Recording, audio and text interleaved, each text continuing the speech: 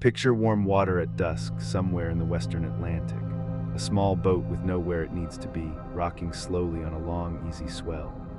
The light is going from blue to silver to the color of old pewter as the day lowers itself toward the horizon, and the air is soft and the swells come in one after another from the east, patient and unhurried. The boat leans a little to one side and then back, and then pauses, and then again, the way a cradle rocks, and your body learns the rhythm without being asked. This is the water that people have come to call the Bermuda Triangle. There's nothing here you need to hold on to tonight, no task that cannot keep until morning.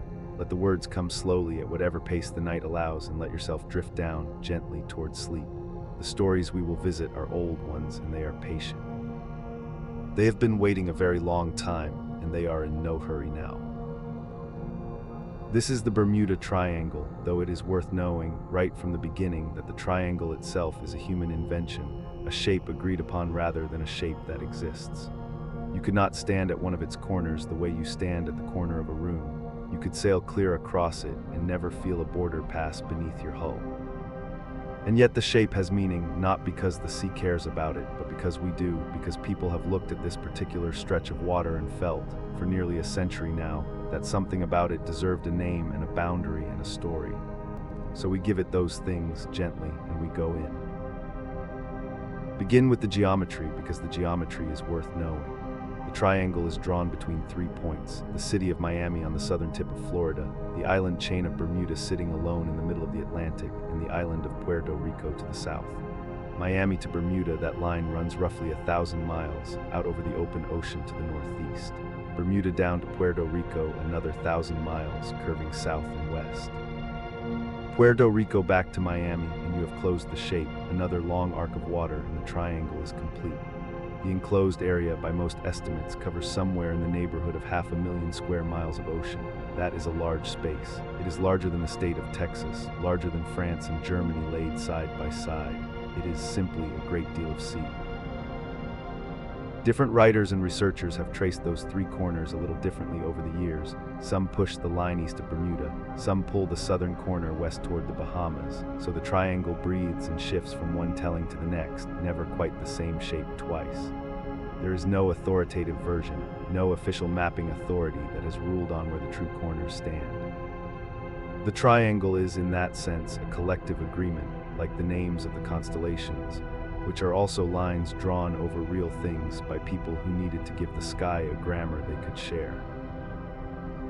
The sea inside those lines, though, that is entirely real, and it is worth picturing carefully. In the north, the deep blue open water of the western Atlantic stretches away toward Bermuda under long rolling swells. In the south and west, the picture changes. There are the Bahama banks, enormous shallow limestone plateaus sitting just beneath the surface, where the water turns from deep blue to a pale luminous green, so clear and so light that from an aircraft above you can see the sandy bottom rippling 40 feet down as if through glass. There are the islands of the Bahamas themselves, 600 and more of them, scattered low and green across the shallows. There's the Florida Strait, the long narrow throat between Florida and Cuba through which the warm water of the Caribbean presses northward and out into the Atlantic. And below it all, in the deep places, there are trenches and chasms, the Puerto Rico Trench, which runs along the northern edge of Puerto Rico and drops to nearly 28,000 feet, making it the deepest point in the entire Atlantic Ocean, deeper than Mount Everest is tall. The triangle holds within it both the shallowest and among the deepest water in the whole Atlantic basin, side by side, separated sometimes by only a few miles of sea. Through all of it runs a current, one of the great rivers of the ocean, the Gulf Stream, which pushes northward through the Florida Strait at somewhere between 3 and 5 knots, faster than a person walks, carrying warm tropical water up toward the coast of North America, and then bending east across the North Atlantic. The Gulf Stream is vast and warm and moves an enormous volume of water. Oceanographers estimate it carries about 30 million cubic meters of water per second past Miami, which is roughly 30 times the combined flow of all the rivers on Earth. You cannot see it from the surface the way you can see a river between its banks, but you can feel it. The water is warmer, a slightly different color, bluer and clearer, and the surface sometimes has a different texture from the surrounding sea. The Gulf Stream is part of this story in ways we will return to later in the night, because it is a powerful and persistent force, one that has shaped the paths of ships and the fates of those aboard them. Now here is a truth that is easy to overlook, given the way the stories tend to run. This stretch of ocean, this warm, wide, half-million square mile triangle, is one of the most heavily traveled bodies of water on Earth. It is not a lost corner, not a forsaken reach, not the kind of lonely sea you find at the far polar edges of the Atlas. It is a crossroads. It has been a crossroads for 5 centuries, since the first European ships learned to ride the trade winds west and the Gulf Stream north, and it is a crossroads still. The shipping lanes that run through it carry cargo between the ports of the American East Coast and the Caribbean islands, between Europe and the Gulf of Mexico, between North and South America. The flight paths overhead thread constantly between Miami and the Bahamas and Puerto Rico and points beyond. Cruise ships by the dozens cross it every week, carrying hundreds of thousands of passengers between Florida ports and Caribbean destinations, and the passengers eat their dinners and watch the stars and never give a moment's thought to the name of the water below them. The triangle is not remote. It is day in and day out, thoroughly ordinary, thoroughly busy, and thoroughly crossed in safety by an enormous number of people who arrive precisely where they intend. That ordinary truth matters. It is the ground upon which the mystery rests, and like all grounds, it is worth knowing before you start to build on it. The vast majority of crossings of this water across all the years of record, and quietly and well, with the anchor dropping in a familiar harbor and the crew going home for dinner. That is the baseline. The mystery, if there is one, lives at the margins of that baseline, in a much smaller set of voyages that did not end that way. And those stories are real stories with real people in them, and they are worth telling carefully. Over the hours ahead, we will visit several of them, not rushing, not dramatizing, just following each one slowly to where it leads. We will spend time with Flight 19, 5 Navy Avenger torpedo bombers that lifted off from Naval Air Station Fort Lauderdale on the afternoon of the 5th of December, 1945, on what was meant to be a routine 3-hour navigation training exercise and did not come back. 14 men, a calm winter afternoon. A mission that began so ordinarily that the flight leader, Lieutenant Charles Taylor, had not even bothered to bring his watch. The search that followed was one of the largest in naval history up to that point, and it found almost nothing. We will go to that afternoon carefully, and we will look at what the radio transcripts actually say, and we will sit with what is still genuinely unknown. We will also visit a ship, the USS Cyclops, a great Navy collier, a coal-carrying vessel 342 feet long, that departed Barbados on the 4th of March, 1918, bound for Baltimore with a cargo of manganese ore and 309 men aboard, and vanished so completely that not a single piece of wreckage, not a lifeboat, not a scrap of wood has ever been confirmed as hers. The Cyclops was the largest loss of life in United States naval history that did not involve combat. President Woodrow Wilson called it one of the most baffling mysteries in the annals of the Navy. After more than 100 years, it remains unexplained. And there is the Carroll A. Deering, a 5-masted commercial schooner found drifting off Cape Hatteras in January of 1921, her sails still set, her lifeboats gone, her crew vanished entirely, and the galley stove still warm with food in the pots, as if whoever had been cooking had simply stepped away from the fire and never returned. 11 men, gone. The State Department launched an investigation. The investigation concluded nothing.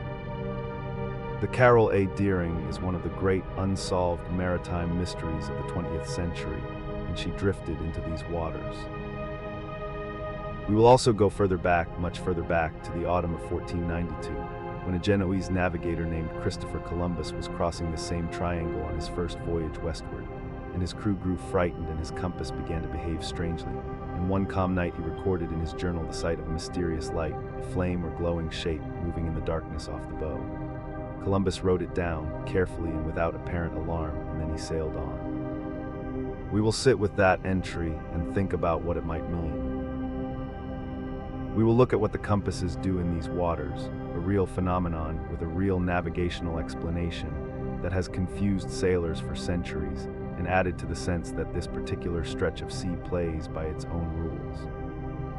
And at the end of the night, after all of those stories, we will look at what the official record actually shows, the systematic studies done by researchers and government agencies, the Lloyd's of London insurance statistics, the analysis by the United States Coast Guard, and we will weigh the mystery against the evidence as honestly as we can. But first, the name itself, because the name is not ancient. The name is recent, and knowing how it came to be tells you something important about the nature of what we are dealing with. The earliest person to draw these disappearances together in print, to look at them as a group and suggest that they might share something in common, was a journalist named Edward Van Winkle Jones, who worked for the Associated Press. In September of 1950, Jones published a short dispatch noting that ships and aircraft had mysteriously vanished from a section of the Atlantic in the region of Bermuda, the Bahamas, and the Florida coast. It was a brief piece, not a long investigation, just a few hundred words aggregating incidents that had caught his attention, but it was the first time anyone had pointed at this stretch of water and said, "Look, something seems to be happening here."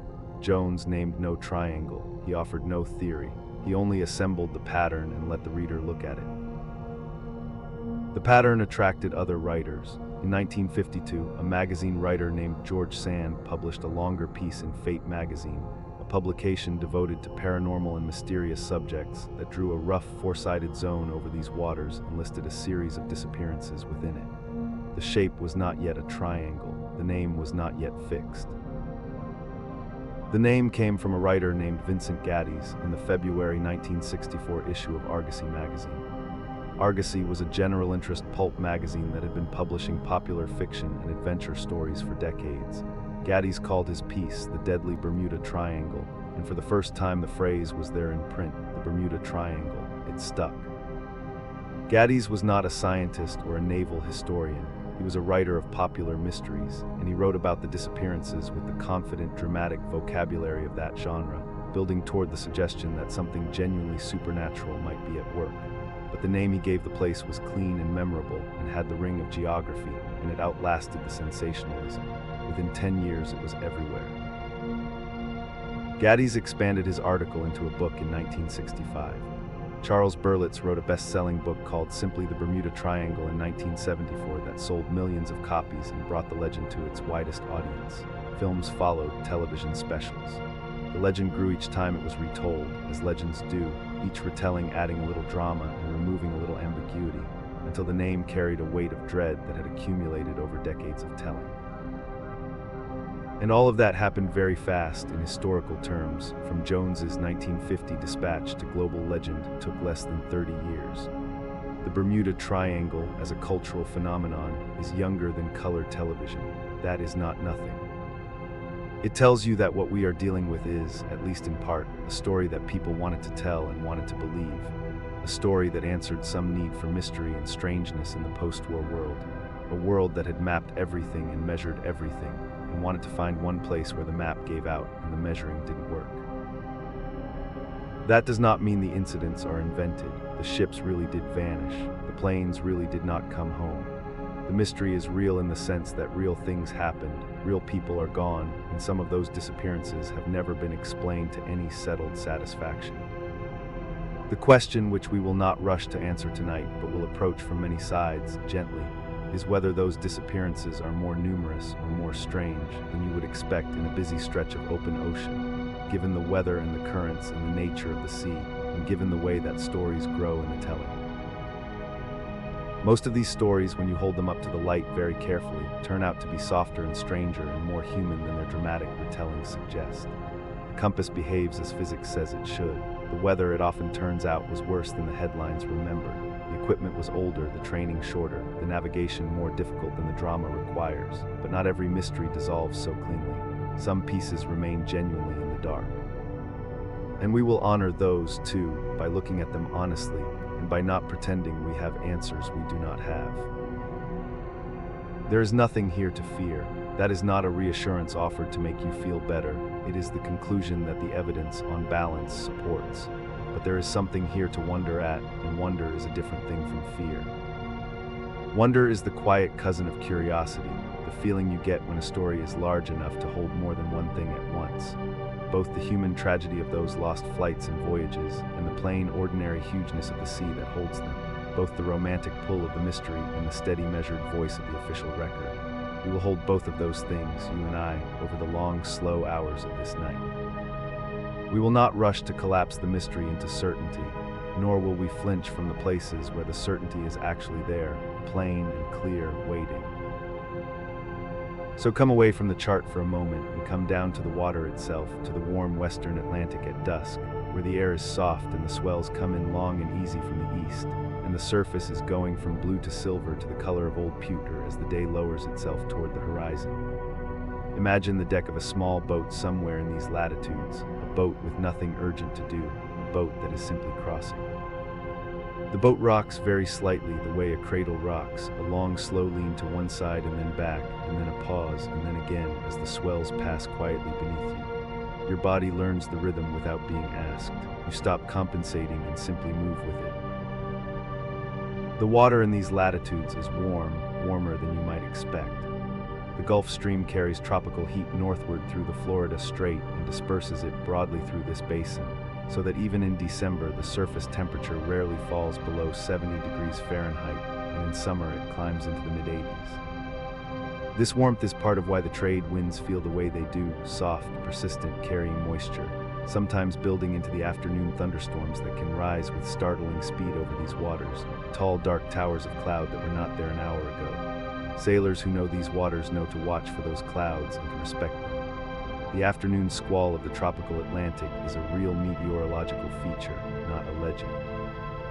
It is capable of producing winds that jump from 15 knots to 50 knots in a matter of minutes, and seas that go from easy to dangerous in the same span of time. We will remember that. The stars are coming out now over the darkening water. Out here, far from the glow of any city, they come in their hundreds and then their thousands as the sky deepens, low and close overhead, and the water below takes on the faint phosphorescent glow that these warm tropical seas are known for, the microscopic organisms in the water that light up when disturbed, so that the bow wave of a moving boat leaves a trail of cold blue-green light behind it in the dark, and a swimmer leaves a bright ghost of themselves hanging briefly in the black water before it fades. Columbus saw that glow crossing this same water in October of 1492. His crew saw it and called it bioluminescence without knowing that word, knowing only that the sea was on fire in a way that was beautiful and strange. Centuries later, we know exactly what causes it, and it is still beautiful and strange. And somewhere just ahead of us in the quiet hours of this night, the stories begin. The first and most famous is waiting in the afternoon sky of December 1945, 5 planes, 14 men, a training flight that turned into one of the longest questions in American naval history. We will go to them soon. We will go carefully and without hurry, the way you go toward anything that carries both mystery and sorrow, which is slowly and with respect for what is there. But not just yet, for now let the boat rock and let the stars accumulate overhead and let the wide warm sea breathe its long, slow breath beneath you. The Gulf Stream is running somewhere below the keel, warm and invisible, carrying its vast cargo of heat northward through the dark. The phosphorescence trails away behind. The swells come and come, patient and unhurried, each one lifting you gently and passing on, going wherever swells go when they are done with you. There is nothing here that asks anything of you, not now. There is only the warm night over warm water, and the soft creak of the boat settling on the swell, and the stars close overhead, and the long breathing of the sea. Let the chart fold itself away. Let the 3 lines fade into the dark water. The stories will come in their own time, carried gently to you by the current, the way everything in these waters is carried, not by force, but by the slow, persistent warmth that runs through all of it, through the ocean and the air and the long, even swells that pass beneath you now, one after another, rocking you down. Sleep comes the way the stars come, one at a time at first, and then more, and then all at once, and you are inside it before you know it has arrived. Let it come. Let the warm Atlantic hold you in its slow, dark, rocking arms. The stories will be here when the next chapter opens, patient as the sea, waiting in the afternoon light of a Florida airstrip on a December day in 1945, where 5 planes sit ready on the tarmac and 14 young men are checking their instruments and pulling on their helmets and thinking about nothing in particular, the way you think about nothing in particular before anything has gone wrong. But that is for the next quiet hour. For now, only the rocking, only the stars, only the long, warm breathing of the sea. Picture a wide, flat coast in the warm middle of an afternoon, somewhere along the long, low edge of Florida. The light is soft and golden, the sea lies flat and blue at the far end of everything, and small planes lift away one after another over the warm green water, climbing slowly into a calm and open sky. This is a single afternoon in the winter of 1945, a day that began with perfect ordinariness, enclosed with one of the most enduring mysteries the sea has ever kept. There is nothing here you need to hold on to tonight, no task that cannot keep until morning. Let the words come slowly and let yourself drift down gently towards sleep. It is the 5th of December in the year 1945. The Great War that had shaken the whole world ended only a few months before, and a kind of tenderness had settled over everything, the long, grateful exhale of a world that had stopped holding its breath. The men at the Naval Air Station near Fort Lauderdale, Florida, moved about the field in the easy way of people whose hardest days are behind them. The runways shimmered faintly in the mid-December warmth. The palms stood still. The air smelled of salt and warm grass and the faint sweetness of aviation fuel, and the sea, visible from the tower as a flat blue line at the edge of everything, gave no hint of what the evening would ask of it.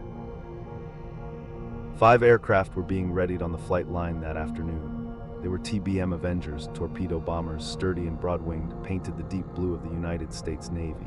During the war, these planes had done hard and dangerous work over the Pacific. Now they were used for training, for the patient repetition by which young men learned their trade in peacetime.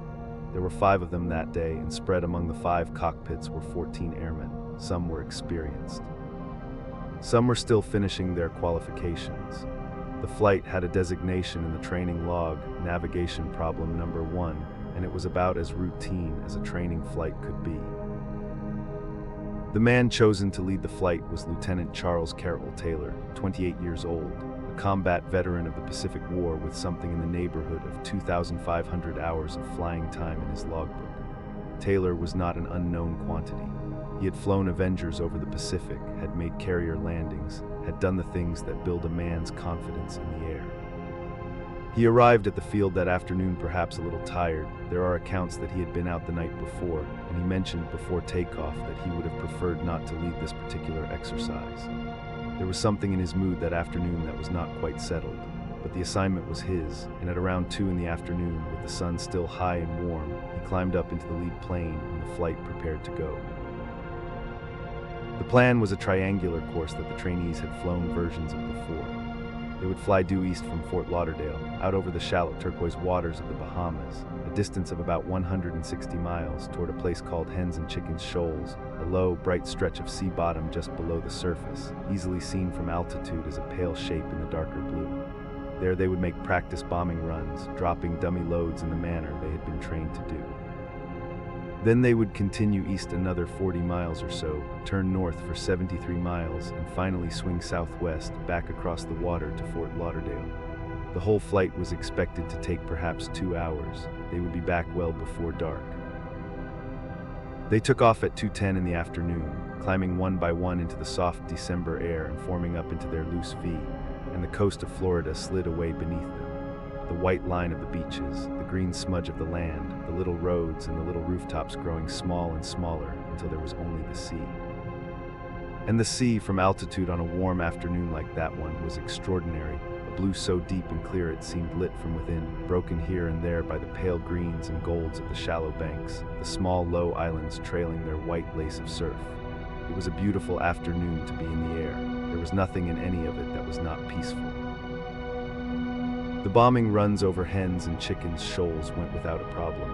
The planes made their passes, the dummy loads went down, and the flight completed that portion of the exercise as planned.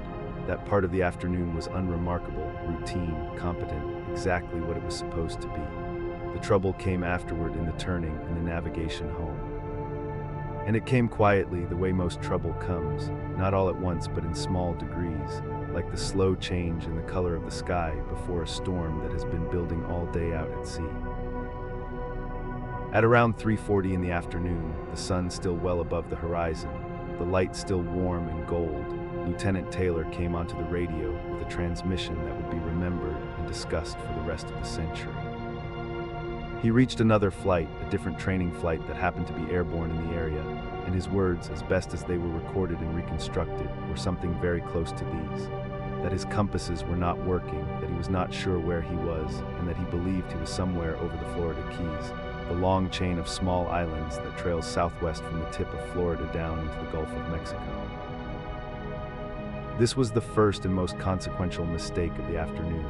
The Florida Keys are to the southwest of Fort Lauderdale, If Taylor truly believed he was there, somewhere over the Gulf side of the state, then flying northeast toward what he imagined was the open Atlantic and ultimately the Florida coast would make sense. And that is apparently what he did. He turned the flight northeast.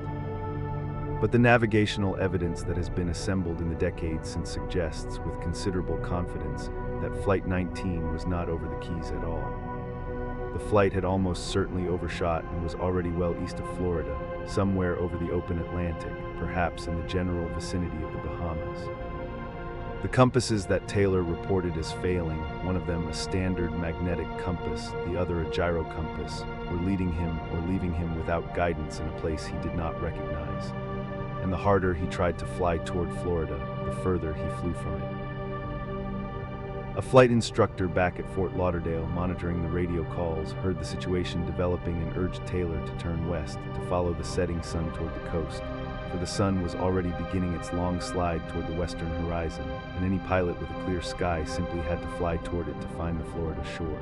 Taylor heard this advice. He acknowledged it, but he could not quite bring himself to trust it. He was a man who had flown many hours, and he had a picture in his mind of where he was, and the picture was wrong, and he could not entirely let go of it. This happens to human beings. The mind, once it has settled on a geography, holds it with surprising stubbornness, even in the face of evidence that argues otherwise. Taylor's mind had set the Keys, and some part of him kept steering by that internal map, even as the real Florida fell further and further behind him. The radio transmissions in the hours that followed were fragmentary, fading in and out across the miles, rising from the static and then retreating into it, but enough of them were captured to give some sense of the texture of that long afternoon turning into evening. One of the other pilots in the flight could be heard at some point saying, with a kind of flat directness, "I don't know where we are. We must have got lost after that last turn." Another voice, it is not always possible to say which voice belonged to which plane, urged flying west. Taylor's own transmissions grew more urgent as the light began to fail. At one point, he seemed to consider handing leadership of the flight to one of the other pilots, a student named Captain Edward Powers, who had a working compass and had suggested flying west. There are accounts that Taylor briefly transferred and then retook command, uncertain, trying to find certainty in the air that would not come. The weather was not cooperating. Out over the Atlantic that December afternoon, a front had been building through the day, and by late afternoon the skies to the east were thickening, the wind picking up, the swells on the surface below growing larger and darker. This was not a screaming storm, not yet, but it was the kind of deterioration that makes a pilot's problem harder. Visibility drops, the horizon goes soft. The sea, which from 1,000 feet on a clear day gives you all sorts of clues about where you are, the color of the water, the shapes of the shoals, becomes, in thickening weather, a single gray-green sameness in every direction. The landmarks, such as they are over open ocean, disappear, and the fuel, which has been burning steadily since 2:10 that afternoon, continues to burn. Think of this for a moment, if you can hold it gently, the quality of that particular anxiety in a cockpit as the light fails. The engine is still running, still making its steady, honest sound, still doing everything it was built to do. The plane responds to the controls as it always has. But the instruments that should tell you where you are have given you contradictory information, and the coastline that should have appeared an hour ago has not appeared, and the radio voices from the ground are coming through less and less clearly as the distance grows, and the sun, the one fixed point that could have resolved everything, is now only a faint brightness in a western sky that you cannot reach. It is not dramatic in the way that the movies make these things dramatic. It is quieter than that. It is the quiet of being deeply, genuinely lost, which is one of the oldest and most human fears there is.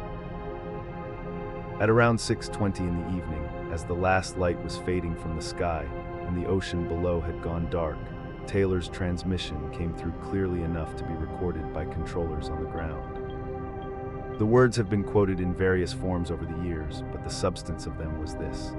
He told his flight to close up in tight formation, and he said that when the first plane dropped below 10 gallons of fuel, they would all go down together, that they would ditch as a group into the ocean, rather than have any single plane separate and go down alone in the dark.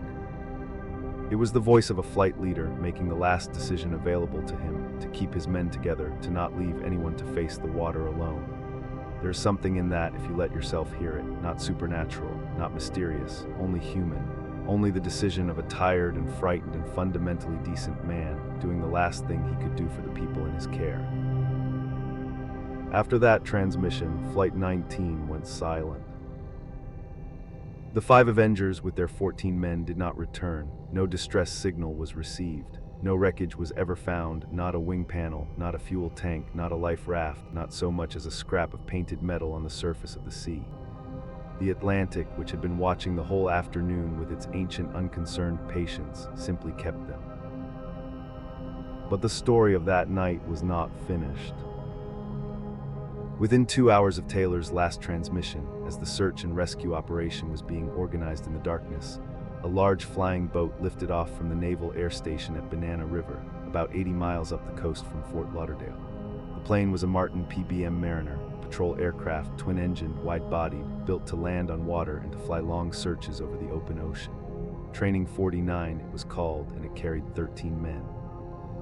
The Mariners had something of a reputation among the men who flew them. They ran on high-octane aviation fuel, and the fumes that sometimes leaked from their tanks in flight had earned the aircraft a nickname, flying gas tanks. They were not thought of as especially dangerous. They flew their missions, they did their work, but the nickname was not entirely without foundation.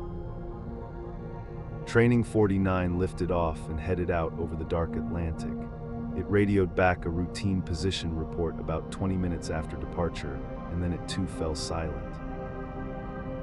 A merchant tanker, the SS Gaines Mills, was transiting those waters that night, and her crew saw something in the darkness off their port side, a sudden burst of flame against the black sky, lasting perhaps 10 or 15 seconds, followed by nothing. No further light, no signal, only the dark sea and the dark sky as before. When search aircraft reached the area in daylight, they found patches of oil on the water and what appeared to be aircraft debris, though nothing that could be definitively identified. The most likely explanation is not mysterious. The Mariner, its fumes perhaps ignited by a spark or a static discharge in turbulent night air, simply exploded. It was a known risk of that aircraft. It was a terrible thing, but it was a comprehensible one. In a single December night, 27 men had not come home, 14 in the 5 Avengers of Flight 19, 13 in the Mariner sent to find them. The Navy launched one of the largest air and sea searches in its peacetime history.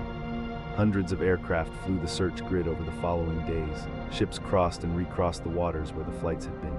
The Bahamas, the open Atlantic, the Gulf Stream, all of it was searched methodically, thoroughly by people who wanted very much to find something. They found nothing. No aircraft wreckage was ever positively identified. No bodies were ever recovered. The sea, which is very deep in those latitudes, and which does not give back what it takes without choosing to, kept everything. The official Navy investigation that followed was a thorough, and in some ways, an uncomfortable document. The initial board of inquiry placed significant responsibility on Lieutenant Taylor, concluding that his decision-making, particularly his insistence that he was over the Keys when he almost certainly was not, and his repeated resistance to flying west toward the setting sun, had been the primary cause of the flight's loss. Taylor's mother, Catharine Taylor, was devastated by this finding. She had lost her son, and she was not willing to accept that the Navy's report had fairly characterized him. She contested the findings, argued on her son's behalf, and pressed for a review. The Navy, in its final amended report, relented. The official cause of the loss of Flight 19 was changed to read simply, "Causes or reasons unknown." It was an honest admission of uncertainty. Whatever the human errors of that afternoon, the sea had swallowed all the evidence along with the planes. In the years and decades that followed, Flight 19 became the seed around which a great many extraordinary theories would grow, strange magnetic forces, underwater alien cities, portals through which planes and ships and men could pass from this world into some other. The story was told and retold, each telling adding a little more darkness, a little more eeriness, a few more details that were not quite facts. The Bermuda Triangle as a concept barely existed before the 1950s and 60s, when writers began to collect the area's disappearances into a single brooding category and give them a name. Flight 19 was always at the center of these accounts, the most famous case, the one that seemed to require an explanation that ordinary human experience could not supply. But the explanation, when you lay it out slowly and honestly, does not require anything extraordinary at all. It requires only the ordinary materials of a difficult afternoon, a flight leader whose compasses failed him at a critical moment, in a region where the shallow banks and the small islands all look alike from above, and all look different from what the charts suggest they ought to look like. A man who formed a wrong belief about his position, and could not let go of it in time. A flight of inexperienced trainees who could not override their leader's certainty. A deteriorating weather system that closed off the horizon and reduced the visual cues that might have corrected the course.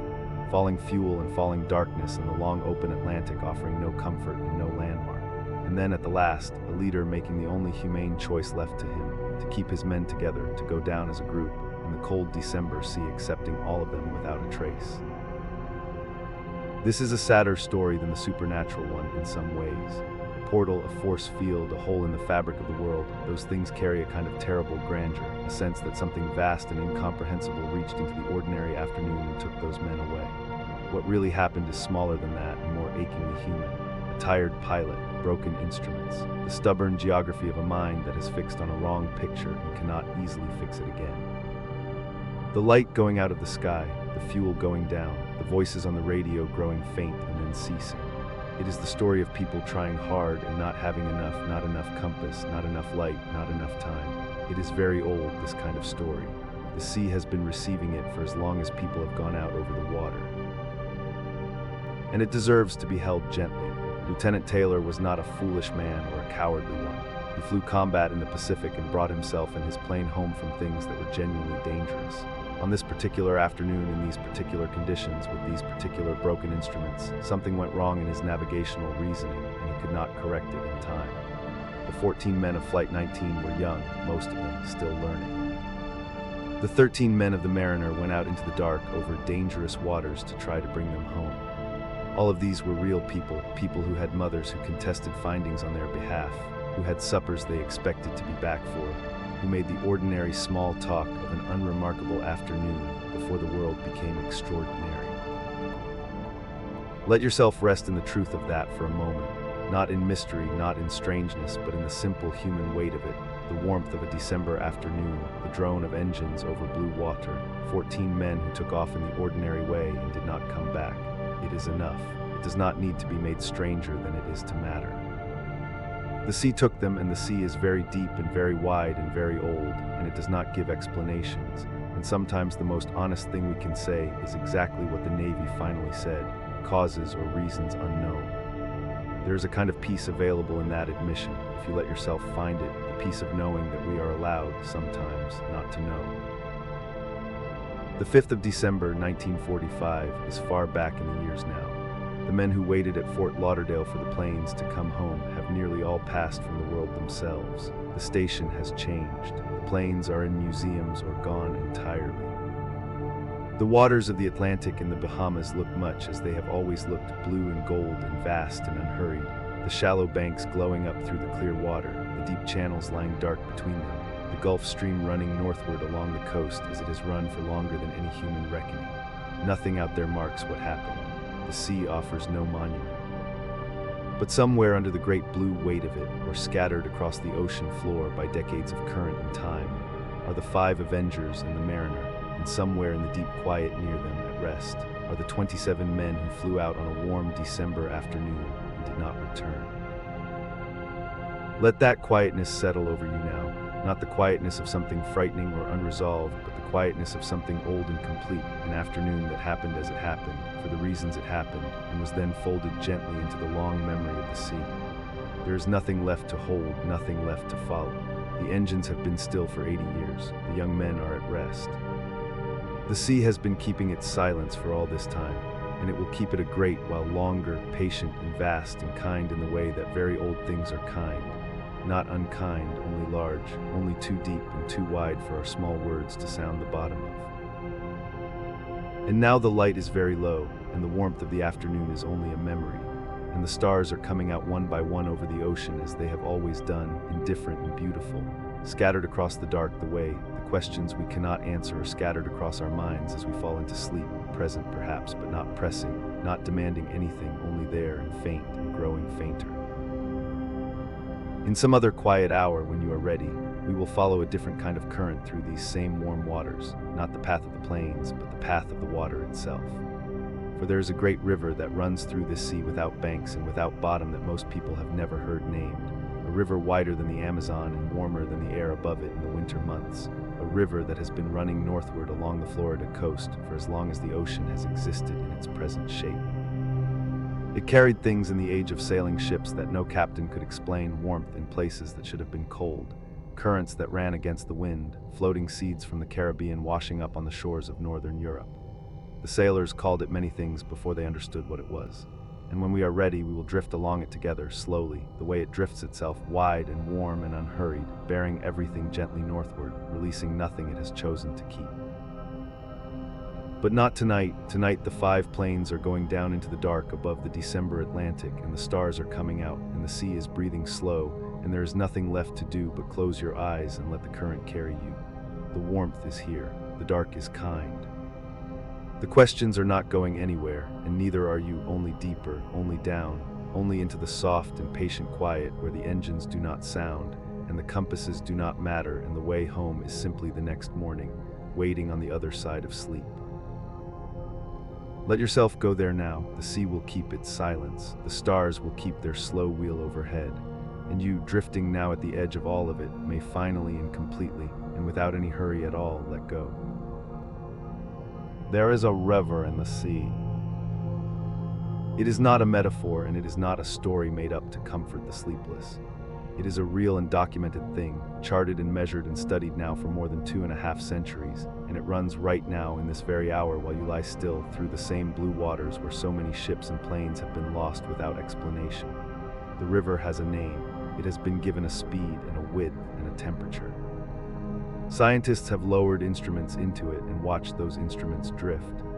But knowing all of this does not make the river any less astonishing, and knowing all of this has never quite managed to strip it of its softness, its ancient, indifferent warmth.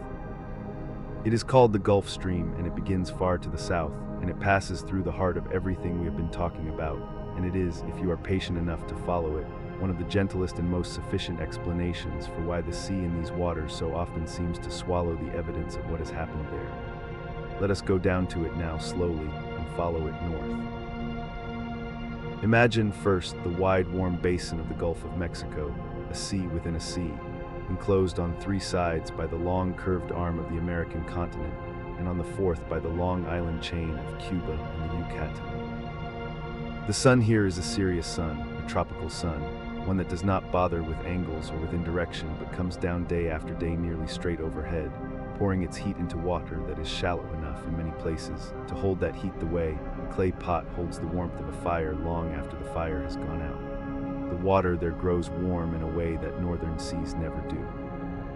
It grows warm and it stays warm month upon month, and as the sun draws moisture up into the sky and the water evaporates, it leaves something behind. It leaves the salt, concentrating it, making the water of the Gulf heavier and saltier than it would otherwise be. This is not a fast process. It happens the way almost everything vast happens, which is to say slowly, unremarkably, over years and decades and centuries without number, until the accumulated warmth and salt and energy of that enclosed basin become something almost difficult to hold in the mind all at once. And then it moves. Water does not sit still when there is somewhere for it to go, and the warm, salty water of the Gulf has somewhere to go. There is a gap in the wall, a narrow doorway between the tip of the Florida Peninsula and the islands of the Bahamas and the northern coast of Cuba, a channel called the Straits of Florida, and through that channel the warm accumulated water of the Gulf pours out into the open Atlantic the way water pours out of a bottle held sideways. This is where the Gulf Stream properly begins, here in the Straits of Florida, and it is here that the river is at its youngest and its fastest and its most concentrated. A warm blue column of moving water pressed between Florida on one side and the Bahamas on the other, running north and northeast with a force that is almost difficult to describe without reaching for numbers so large they become abstract. The numbers, though, are worth sitting with for a moment because they are one of those facts that, once settled into the mind, change the way you see the sea. Through the Florida Straits, the Gulf Stream carries approximately 30 million cubic meters of water every single second. 30 million cubic meters per second. By comparison, the Amazon River, the largest river on the surface of the land, the river that drains nearly half of South America, the river that pours more fresh water into the ocean than any other river on Earth, the Amazon carries at its most powerful perhaps 200,000 cubic meters per second. The Mississippi River, which drains the whole enormous middle of North America, carries on the order of 16,000 cubic meters per second at its mouth. The Gulf Stream in the Florida Straits alone carries roughly 2,000 times what the Mississippi carries. It carries, through that one narrow channel, more water every second than all the rivers on the surface of the earth combined, and then some. There is no river on any continent that approaches it. There is no single natural flow of water anywhere on land that is even close.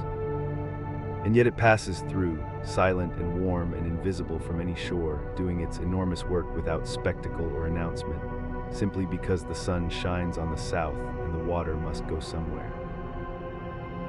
And it is fast, genuinely, practically fast, in a way that matters to anyone who has ever tried to move across it. In the Florida Straits, the surface of the Gulf Stream can run at more than 3.5 knots, which is a nautical measure meaning roughly 4 miles an hour, and at its swiftest portions, the current has been clocked at close to 5.5 miles per hour. That is faster than most people walk. That is fast enough that a sailing vessel trying to make progress against it, working north against a current running south, say, or working west across it when it runs east, can find itself making almost no headway at all, burning wind and effort and time while the warm blue river underneath cancels out whatever the sails are trying to do. This is not a theoretical concern. It has stopped real ships for days. It has pushed vessels miles off course without the crew knowing it had happened until they looked for a landmark and found it in the wrong place. The Gulf Stream moves, and it moves with a force that does not ask permission. After passing through the Florida Straits, the current runs close along the eastern coast of the United States, close enough that from some points along the Florida shore you can stand on the beach and know that a few miles offshore, the warm blue river is running. It passes Cape Hatteras in North Carolina, that low sandy elbow of land that reaches into the sea like a warning hand. And it is here, around Hatteras and the waters just south and east of it, that the stream begins to pull away from the American coast, swinging northeastward, broadening, slowing, spreading itself thin across the wider Atlantic as the continental shelf falls away beneath it and the open ocean opens around it. By the time it reaches the latitudes of New England, it is no longer the tight, fast, concentrated river it was in the Straits.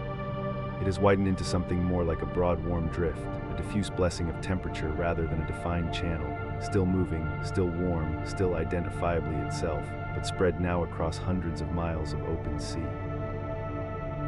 And still it goes on, eastward and northward, all the way across the Atlantic.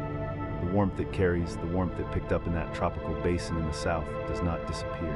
It crosses the ocean with the current, arriving at last on the far side at the coasts of Ireland and Britain and Norway and Iceland, places that by any reasonable reckoning of latitude should be bitterly cold.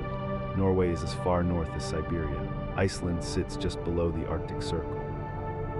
But the Gulf Stream has been breathing warm air over those coasts for so long that their harbors stay open in winter, and their winters stay mild in a way that their latitudes would never otherwise permit. The warmth that falls on the Gulf of Mexico in June is the warmth that keeps a Norwegian harbor ice-free in January. The whole thing is one continuous gift, delivered slowly over thousands of miles by a river that asks nothing in return.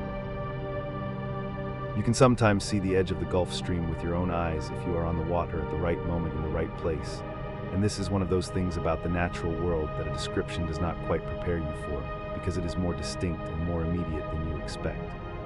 On one side of the line, the water is the color you associate with the North Atlantic, a darker greenish-gray, cooler, dull in a way that is not unpleasant but is familiar. And then, crossing a boundary that is sometimes only a few dozen yards wide, the color changes. It deepens into an indigo blue so clear and so saturated that sailors throughout history have reached for superlatives to describe it. Blue like stained glass, blue like tropical sky, blue that does not look like it belongs in the northern Atlantic at all. The color change is real and physical. The warm water of the stream absorbs light differently than the cooler water around it. The blue is the warmth made visible, a dye the tropics left behind. At that edge, the temperature change is equally abrupt. A ship crossing from the cool water into the stream will have its crew feel the difference in the air. The warmth rises off the surface of the stream, the way warmth rises off a body of water that is warmer than the air above it, and in the cooler months this difference can produce a soft mist along the edge of the current, a low fog that forms where the warm breath of the water meets the cooler air that lies over the surrounding sea. Benjamin Franklin noted this. He was observant about these things in the way that certain kinds of minds are observant, the kind of mind that sees a puzzle where others see only background noise, the kind of mind that asks why when everyone else has stopped asking. Franklin came to the Gulf Stream as a practical man with a practical problem. He was serving in the 1760s as Deputy Postmaster General for the American colonies, and his job required him to think about the movement of mail across the Atlantic. He had noticed, or been told, or calculated, that the mail packets sailing west from England to America were taking about 2 weeks longer to complete their crossing than the merchant ships sailing the same ocean in the same direction. This seemed wrong. The packets were newer ships, often faster ships. They had every advantage a government contract could provide, and yet the merchant ships, many of them slower and older and less well-funded, were consistently beating them across. Franklin asked why. The answer came from his cousin by marriage, a Nantucket whaling captain named Timothy Folger. Folger explained what every Nantucket whaleman knew and had known for generations. There was a river of warm water running through the Atlantic, and the mail packets were sailing directly against it on their westward crossing, fighting the current for weeks, while the merchant captains, who had been told about the river and had the good sense to avoid it, skirted around it and made better time. The whalemen knew the Gulf Stream because the sperm whales they hunted preferred the cooler water along its edges and avoided the warm interior of the current. So any captain who wanted to find whales had to know exactly where the stream ran and where the cooler water lay alongside it.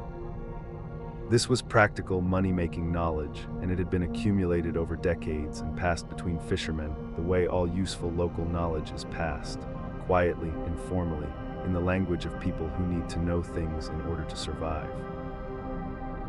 Folger drew the current for Franklin. He sketched its path on a chart, showed where it ran and how fast, marked the edge of the warm water against the cooler Atlantic. Franklin had the chart engraved and printed in London in 1769, one of the first printed charts of the Gulf Stream, offered as a practical guide to sea captains who wanted to stop losing 2 weeks to a current they could avoid. He called it the Gulf Stream. The name he had received from Folger, derived simply from the fact that the current came out of the Gulf of Mexico. The name stuck, and it is the same name the current carries now. What Franklin could not know, what none of them could know in the 1760s, and what took oceanographers another 2 centuries to begin to fully understand, was how deeply the Gulf Stream is woven into the climate of the whole northern hemisphere, how much of the warmth of Europe and the rainfall of the American East Coast and the behavior of the great storms that come roaring out of the tropics each autumn are shaped in part by this one warm current moving through this one patch of ocean. The Gulf Stream feeds moisture into the air above it. It is a source of energy for weather systems passing over it, a warm engine that intensifies storms and complicates the air above the Atlantic in ways that made the old sailing routes through these waters famously, reliably dangerous.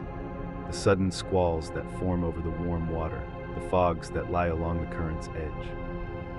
The waterspouts that can spin up over warm Atlantic water with very little warning on an afternoon that looked clear and ordinary an hour before. All of this comes, in part, from the warmth the stream puts into the air. And here is where we arrive gently at the thing that the Gulf Stream has to say about all those missing ships and planes. Because there is a central mystery at the heart of many Bermuda Triangle cases, not that the vessels were lost, for vessels are lost in every ocean and always have been, but that they were lost leaving so little behind. No debris field, no oil slick, no life rafts, nothing for searchers to find.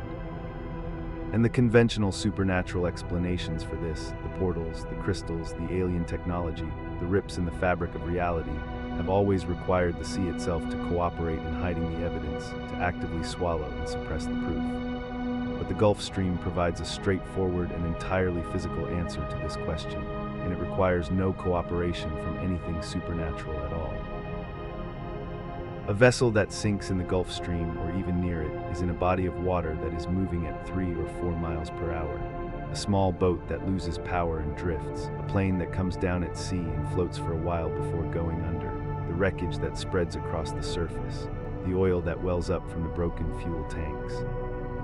All of it is immediately in the hands of a current that does not stop to wait for searchers, that does not care about search grids or rescue aircraft, that simply moves as it has always moved, carrying everything that floats along with it. At 3 or 4 miles per hour over the course of a single day and night, the current can carry floating debris nearly 100 miles from where the event occurred.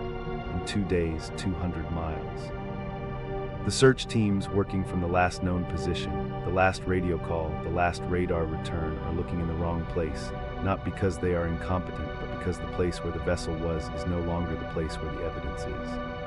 The evidence is miles away, still moving, spreading, dispersing, as the warm river carries it onward into the open Atlantic. And the dispersal is not even. The warm current does not carry debris in a neat bundle. It is turbulent at its edges, spinning off eddies and meanders, and floating objects spread apart from one another as they travel, so that wreckage that started within a few hundred yards is separated by miles after a day, and by tens of miles after a week. The individual pieces become too small and too scattered to spot from an aircraft. They pass through no shipping lane that would bring a sailor alongside them. They travel far enough and fast enough that by the time anyone thought to look in the right direction, they have become invisible in the ordinary vastness of the open sea. This is not a new observation. It is well documented and unremarkable to oceanographers. It is simply what the Gulf Stream does and what it has always done, because carrying is what a current does. A current does not distinguish between a leaf and a life raft. It carries what floats upon it, patiently and without judgment, and it carries it far, and it carries it fast, and by the time anyone arrives to look, the surface of the water is clean and blue and gives nothing away. The coral reefs along the Bahamas lie just outside the eastern edge of the Florida Straits, and they have been collecting the wreckage the Gulf Stream drops when it finally broadens and slows at the edges of its main channel. Old timbers bleached to silver, iron fastenings green with age, glass trade beads scattered in the sand. The record of 4 centuries of navigation through these waters, carried there not by any malevolent force, but by the same warm current that warmed Franklin's mail packets and brought the Atlantic cod to the Irish shore. The sea is a great librarian in a way, but it files everything in the wrong place and never provides an index. There is a patch of the Atlantic, east and north of the Bahamas, enclosed loosely by the Gulf Stream on 3 of its sides, where the warm current's boundaries create a kind of slow gyre, a broad turning of water that catches and holds what the stream drops as it swings around the Atlantic. This is the Sargasso Sea, named for the golden brown seaweed that collects on its surface, a plant called sargassum that lives its entire life in the open ocean, never rooted to any shore or any rock, drifting in great golden mats on the calm and windless surface of this enclosed patch of water. The Sargasso has no rivers flowing in and no defined current flowing out, and because of this it is one of the quietest bodies of water on the Atlantic, nearly windless at times, a place where old sailing ships could be becalmed for weeks.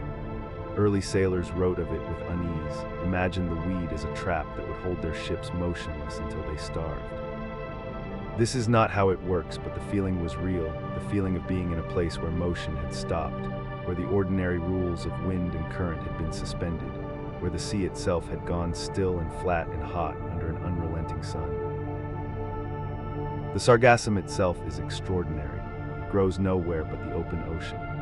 It is its own entire ecosystem, a floating world of golden mats, and within it lives a miniature community of creatures found nowhere else, small crabs whose shells are patterned to match the weed exactly, tiny filefish that drift vertically among the fronds like fallen leaves, seahorses that grip the weed with their curling tails and let themselves be carried wherever the slow sargasso carries the weed.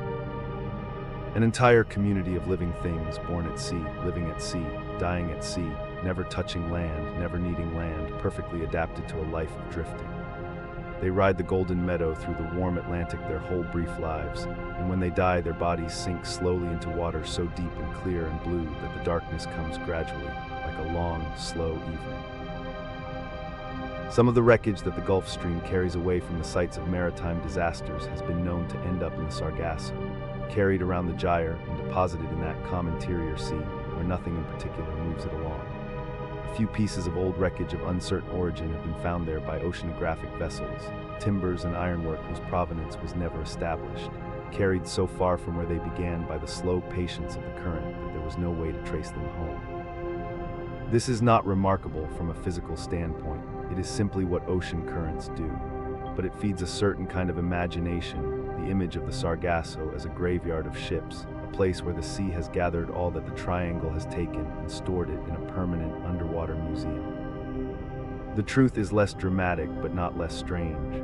The sea is always moving things around, and the Gulf Stream is one of the largest forces by which it does this, and the Sargasso is one of the places those things eventually stop. Benjamin Franklin made one other observation about the Gulf Stream that is worth carrying with you as you drift towards sleep. He observed that the warm surface of the current made the air above it hazy and warm in a way that was different from the air above the cooler water alongside it, and he noted that ships sailing in the fog along the American coast could determine whether they were in the Gulf Stream or not by lowering a thermometer over the side on a rope and measuring the temperature of the water. In the current, the water would be noticeably warmer. Outside the current, it would be cooler. This was, in its quiet way, one of the first uses of ocean temperature as a navigational instrument, a way of knowing where you were by feeling how warm the sea was beneath you rather than by taking a star sight or looking for a landmark. Franklin was in his 60s when he proposed this and spent a good deal of his Atlantic crossings doing exactly this himself, lowering a thermometer over the rail at regular intervals and recording the temperature in a notebook with the same patient curiosity he brought to everything. He crossed the Atlantic 8 times and he measured the water temperature every time, and his data, when it was finally analyzed by oceanographers 200 years later, was found to be surprisingly accurate. There's something in that image that is easy to love, the old man with the thermometer at the rail of a ship in the middle of the Atlantic, lowering his instrument into the dark water and waiting for it to settle, writing down the number in his small, neat hand while the ship moved on beneath him and the warm river ran on beneath the ship. Doing science not because anyone had asked him to or paid him for it, but simply because it was interesting, because the water was there and the thermometer was there and the questions were there, and a patient, curious mind could not pass over interesting questions without at least trying to find out the answers. The Gulf Stream had been running for thousands of years before Franklin came along, and it will run for thousands of years after all the thermometers are gone and all the notebooks are lost and all the names that men have given it have been forgotten. It does not need to be understood to continue. It only needs the sun to keep shining on the south and the water to keep moving where the water wants to go. And it does want to go. That is perhaps the most fundamental thing about the Gulf Stream, that it is not a passive feature of the ocean, not simply water that happens to be in a certain place, but a moving thing, a flowing thing, a river that is driven by the rotation of the earth and the heat of the sun and the wind patterns of the tropics into a continuous, self-sustaining motion that has not stopped since the configuration of the Atlantic Ocean took roughly its present shape, tens of millions of years ago. It is older than the Bermuda Triangle as a place name by geological ages. It is older than navigation. It is older than the human species. It has been flowing through that same warm corridor between Florida and the Bahamas since before there was anyone to cross it or be lost in it or wonder about it. It moved the same slow mountains of water on the day the first Spanish caravels reached the Caribbean as it moves tonight, while you lie still and let the sound of words carry you down towards sleep. Tonight, while you lie here, 30 million cubic meters of water pass through the Florida Straits every second. The blue edge of the warm river lies somewhere off the eastern coast, close enough to the triangle's heart that anything lost in those waters enters immediately the possession of the current. The sargassum drifts in the calm interior of the sargasso. The small crabs hold to the golden weed. The flying fish rise and glide and slip back under without a sound, without concern, without any awareness that they are performing a wonder.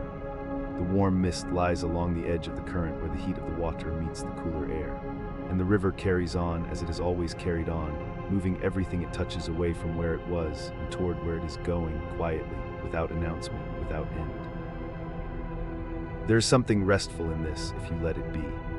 The world has enormous processes in it that do not require your attention, that run on without your knowing or your watching or your worry, that have been running since long before you were born and will continue running long after everything you have ever known is gone. The Gulf Stream is one of them, a great warm wheel of water turning through the Atlantic, neither friendly nor hostile, neither mysterious nor mundane, simply enormous and real and ongoing, the way the deep things of the world are ongoing. It carries what it carries and warms what it warms and moves on. It does not ask to be understood.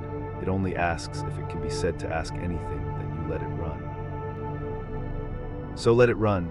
Let the warm current move through the darkness under the Atlantic tonight, carrying its 30 million cubic meters and its warm blue color and its mist and its sargassum and whatever else happens to be floating on its surface, carrying it all northward and eastward and eventually across the whole wide ocean to the far shores where the warmth will arrive and be welcomed without anyone quite knowing where it came from. Let the number settle into something comfortable and enormous and distant, the way a deep sound settles into the body and becomes a feeling rather than a thought. 30 million cubic meters per second. more water than all the rivers in the world, running warm and blue through a narrow channel between Florida and the Bahamas, invisible from any shore, unmistakable from the middle of it. And let yourself go now, gently, the way a piece of wreckage goes when the current takes it, without resistance, without struggle, carried by something warm and vast and older than anything you can name. The Gulf Stream has you in its way. The whole warm river of the night has you, and it will carry you down as it carries everything slowly and without hurry through the warm blue dark toward the deep quiet water where sleep is waiting. In another hour, when you are ready, we will go looking for a great gray ship, a collier 900 feet long and heavy with manganese ore, that sailed these same warm waters in the spring of 1918 and was never heard from again. She was called the USS Cyclops, and she left Barbados on the 4th of March, and she sent one routine radio message, and then the Gulf Stream carried the silence of her away, and no one has ever found a single piece of her. But that is for another hour when we are ready, and the current has carried us far enough. For now, there's only the warm river, and the soft mist rising off it, and the golden weed drifting in the calm, and the long, slow darkness coming up around you like warm water rising. Let it rise, let it carry you, let yourself go down. We let the warm river carry us a little further now, down through the years and into the deeper water, until we come to a great gray ship, a ship whose story is, by any honest measure, the largest single peacetime loss in the history of the United States Navy. 306 souls, not sailors lost in battle, not men taken by an enemy's gun. 306 people who sailed into a warm and ordinary sea and were never found again, not a plank of them, not a letter, not a boot. Let the weight of that number settle down over you slowly, gently, the way a heavy blanket settles over tired shoulders on a cold night. We are in no hurry here. The ship can wait. She has been waiting for more than 100 years. Her name was the USS Cyclops, and she came into the world on the 7th of May in 1910, launched at a shipyard in Philadelphia into the gray Delaware River in the way great ships always come in, with noise and ceremony, and the cold spray of the water rising up to meet her hull for the first time. She was named for the one-eyed giant of ancient myth, though there was nothing mythological about her purpose. She was a collier, a cargo ship, a working ship, a ship whose entire reason for being was to carry fuel and heavy goods from one place to another. She was the Navy's beast of burden, and she wore that role without apology. 542 feet long, 19,500 tons displacement. One of the largest fuel ships in the American fleet at the time she was built, and by the measures of 1910, genuinely enormous, the length of nearly 2 American football fields laid end to end, with a flat, broad deck lined down its middle with a row of tall steel coaling cranes, their arms reaching upward like the bare limbs of a row of winter trees. She could carry 11,000 tons of coal in her holds. She had been doing it for years by the time we come to her, moving back and forth across the Atlantic, up and down the American coast, refueling the destroyers and battleships and cruisers of the fleet. It is unglamorous work, there is no other way to say it, but it is necessary work, the work that makes all the glamorous work possible, and the Cyclops did it steadily and without complaint from 1910 onward through the opening years of the First World War, while the great powers of Europe burned each other down. Her commanding officer in those final months was a man named George Worley, and he is worth pausing over because he is one of the stranger figures in this strange story. Worley had been born Johann Friedrich Wichmann in Germany in 1862 and had emigrated to the United States and changed his name and made himself into an American sailor and eventually into a naval officer of some standing. He was, by most accounts, an eccentric man, gruff, difficult, moody, given to walking the bridge in his pajamas and a derby hat, which is the kind of detail that attaches itself to a person and never lets go. His officers did not always like him. There were complaints about his conduct, and at least one formal report filed against him by the time of the Cyclops' last voyage. None of this means he was incompetent. It means only that he was the particular complicated human being he was, making his way through a difficult world in a difficult time, wearing a derby hat. We hold him with the same tenderness we hold all the rest of them. Because the rest of them were 305 other people. The exact number in the records is 306 to 309, the variation coming from the imprecision of wartime manifests and the addition of passengers taken on at various ports. Among them were the regular crew of the Cyclops, engineers, firemen, deckhands, officers, cooks, and also a number of naval passengers traveling under orders, and at least one man who was not a sailor at all but a civilian, Alfred Louis Moro Gottschalk, the United States Consul General to Brazil, who was traveling home after his posting. He was 52 years old. He had a wife. He had a life waiting for him on the other side of the water. He stepped aboard the Cyclops at Rio de Janeiro in January of 1918 and was never seen again. It was January of 1918 when the Cyclops arrived in Brazil, and the First World War was grinding toward its final year. The United States had been in the war since April of 1917, and the Navy was stretched and busy, moving men and material across the Atlantic in enormous quantities. The Cyclops had come down to Brazil to load a cargo, and here's where the story takes on the weight that most investigators would later argue killed her. At Rio de Janeiro, she took on 11,000 tons of manganese ore, a dense gray-black mineral dug from the earth and used in the production of hardened steel, which the wartime industries of the United States needed urgently and in quantity. Manganese ore is not coal. It is far heavier than coal, denser, more compact. It fills a hold with a mass of stone rather than a mass of carbon, and it presses down in the belly of a ship with a weight that coal never does. The Cyclops had been designed to carry coal. She was now carrying something she was not designed for, and she was carrying it to the absolute limit of her capacity. She was, by the time she left Brazil, riding low in the water. Observers at the docks noted it. A ship riding low is a ship with less freeboard, less distance between the waterline and the deck rail, which means less margin, less room for error, less ship above the water to resist what the sea might choose to throw at her. And the sea can throw quite a lot, even in the warm waters of the Caribbean, even in a mild season. A low-riding ship in a serious sea is a ship that meets the water with its deck instead of its hull, and that is a different meaning entirely. She steamed north from Brazil, and she put in at Barbados, the small coral island at the eastern edge of the Caribbean, green and surrounded by that particular shade of bright blue that the Caribbean does better than anywhere else on Earth. She arrived at Barbados in early March of 1918, and she took on additional supplies, and the records from that port call contain a detail that becomes more meaningful in retrospect. One of the Cyclops' two main engines had a cracked cylinder and was out of service. She was running on a single engine, a ship of her size, heavy with 11,000 tons of dense ore, making her way north across the open Atlantic toward Baltimore on one engine. Her speed was reduced, her maneuverability was compromised, her ability to drive herself out of trouble, to climb a heavy sea, to hold her heading in a storm, was cut significantly. She was, in the language of the sea, a wounded ship. She left Barbados on the 4th of March 1918, bound for Baltimore, Maryland. The crossing should have taken about 9 days. The expected date of arrival was around the 13th of March. The weather along her route was not recorded as especially severe. There was no great named storm, no hurricane, nothing that the history books remember as a particular disaster of that season. She would have had blue water and the long Atlantic swells and the ordinary variability of the early March sea, which can be calm and can be rough and is generally not kind to a ship trying to make time on one engine. She radioed no distress call.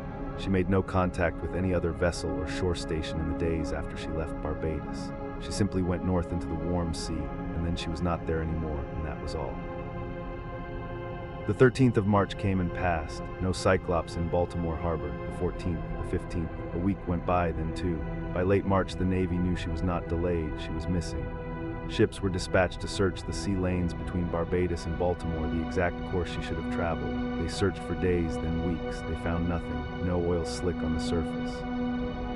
No debris field, no floating wreckage, no life ring or name board or piece of timber that anyone could identify as belonging to her.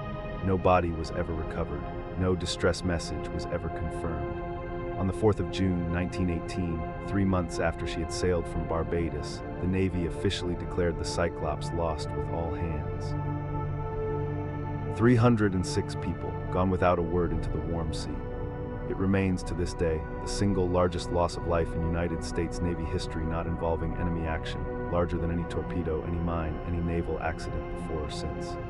When the Secretary of the Navy, Josephus Daniels, was asked what had happened, he said only that it was the most baffling mystery in the annals of the Navy, and that no one could explain it. He was right then, and the mystery has not, in the strict sense, been solved since. Let us sit with the theories a little because they are worth sitting with and because none of them is frightening. Each of them is simply a version of the same quiet and ordinary tragedy, a ship that was carrying too much in waters that asked too much of her, with an engine that was already broken. The most persuasive explanation, and the one that most serious investigators have come to over the years, is structural failure from overloading.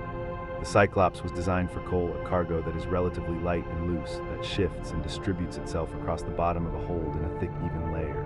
Manganese ore is something else entirely.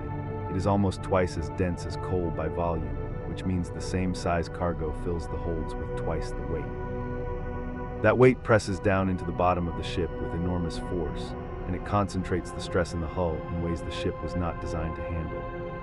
Naval architects who have studied the case point to the risk of what is called hogging, a bending stress along the length of the hull, where the weight in the middle sags the ship downward and the buoyancy at bow and stern tries to lift the ends, and if that stress exceeds what the hull can bear, the ship breaks simply and suddenly in the middle. A ship breaking in two does not radio for help, it happens in seconds. The bow goes down and the stern goes down and the sea closes over them both, and by the time anyone on deck has understood what is happening, there is nothing left above the water.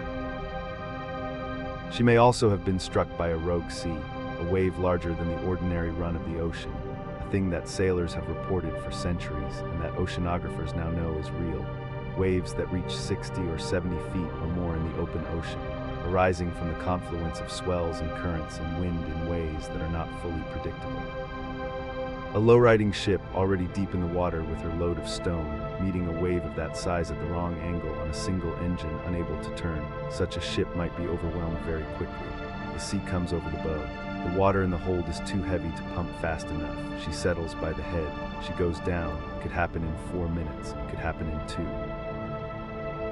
The wartime setting naturally produced other theories. Germany was the enemy, and Worley's German berth was not forgotten. There were rumors of sabotage, of explosives placed in the cargo, of the captain himself as a German sympathizer who had deliberately sent the ship to the bottom. These rumors circulated for years and were taken seriously enough that they were investigated. They did not hold up. The post-war examination of German naval records, which were extensive and were captured after Germany's defeat, found no order, no report, no acknowledgement of any U-boat engagement with the Cyclops. The Germans were meticulous about recording their submarine kills. They recorded nothing about the Cyclops. No German submarine was operating in the area she would have crossed during those days in March. The sabotage theory, the torpedo theory, neither of them survived the scrutiny of the record. The sea took her, not the enemy. There was also, during the investigation, no indication of severe weather on the route, though weather records in that era were far less comprehensive than they are today, and the absence of a reported storm is not the same as the certainty of calm seas. The Atlantic in early March is the Atlantic in early March, unpredictable, sometimes gentle, sometimes violent, always indifferent to the plans of the ships that cross it. Whatever happened to the Cyclops happened in ordinary ocean time, in a part of the sea that looked like any other part of the sea and left no mark. But here is the detail that perhaps carries the most weight of all, more than any single theory, more than any particular storm or wave or cargo miscalculation. The Cyclops had 2 sister ships. They were called the Proteus and the Nereus, and they were built to the same design at the same shipyard for the same purpose.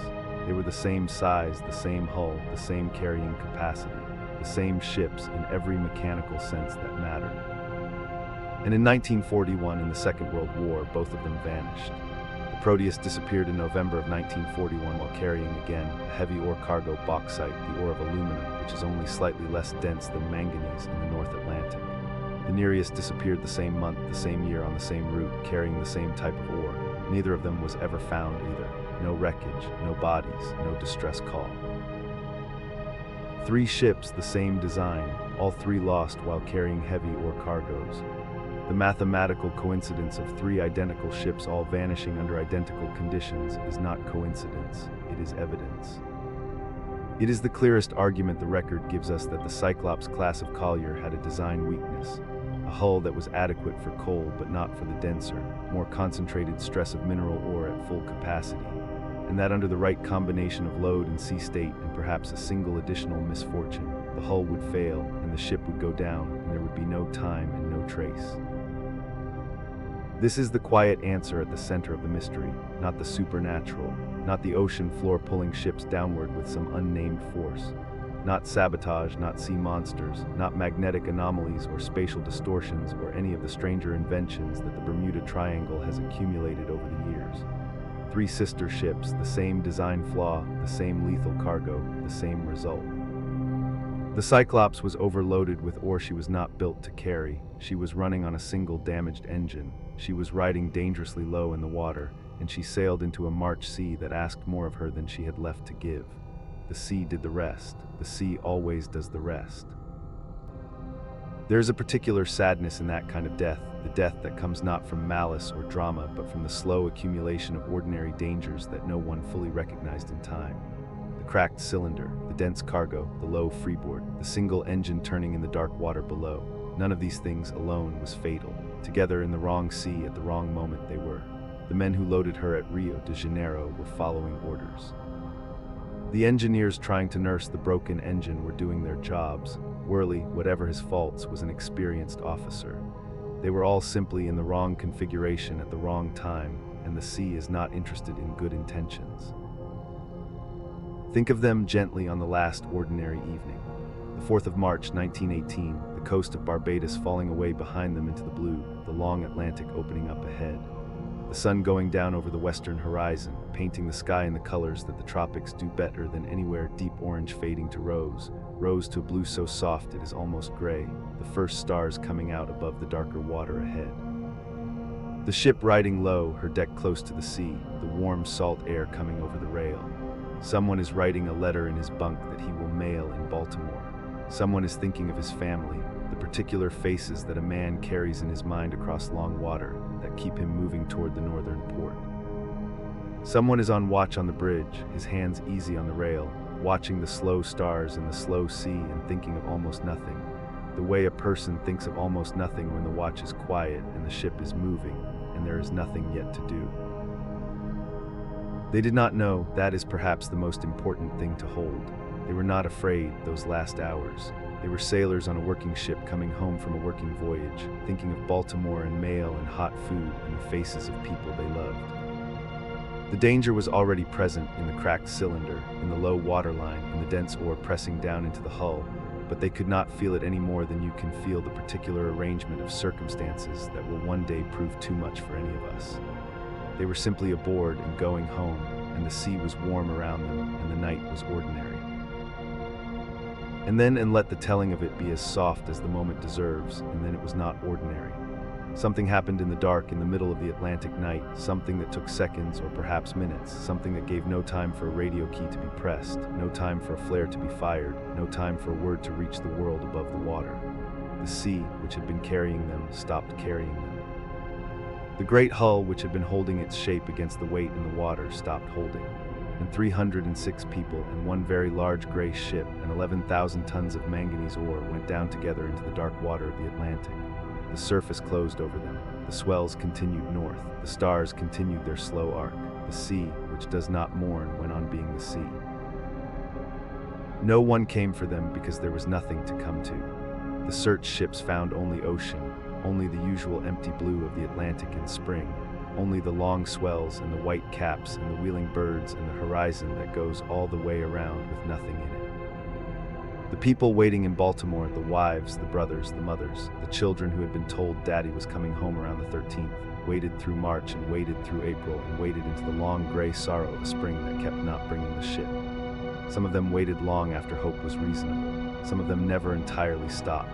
That is the nature of a disappearance. It does not give you anything to bury, anything to conclude, anything to lay flowers over in the autumn. It only gives you the absence and the question and the very long silence. Alfred Gottschalk, the consul general, had served his country in Brazil with dedication.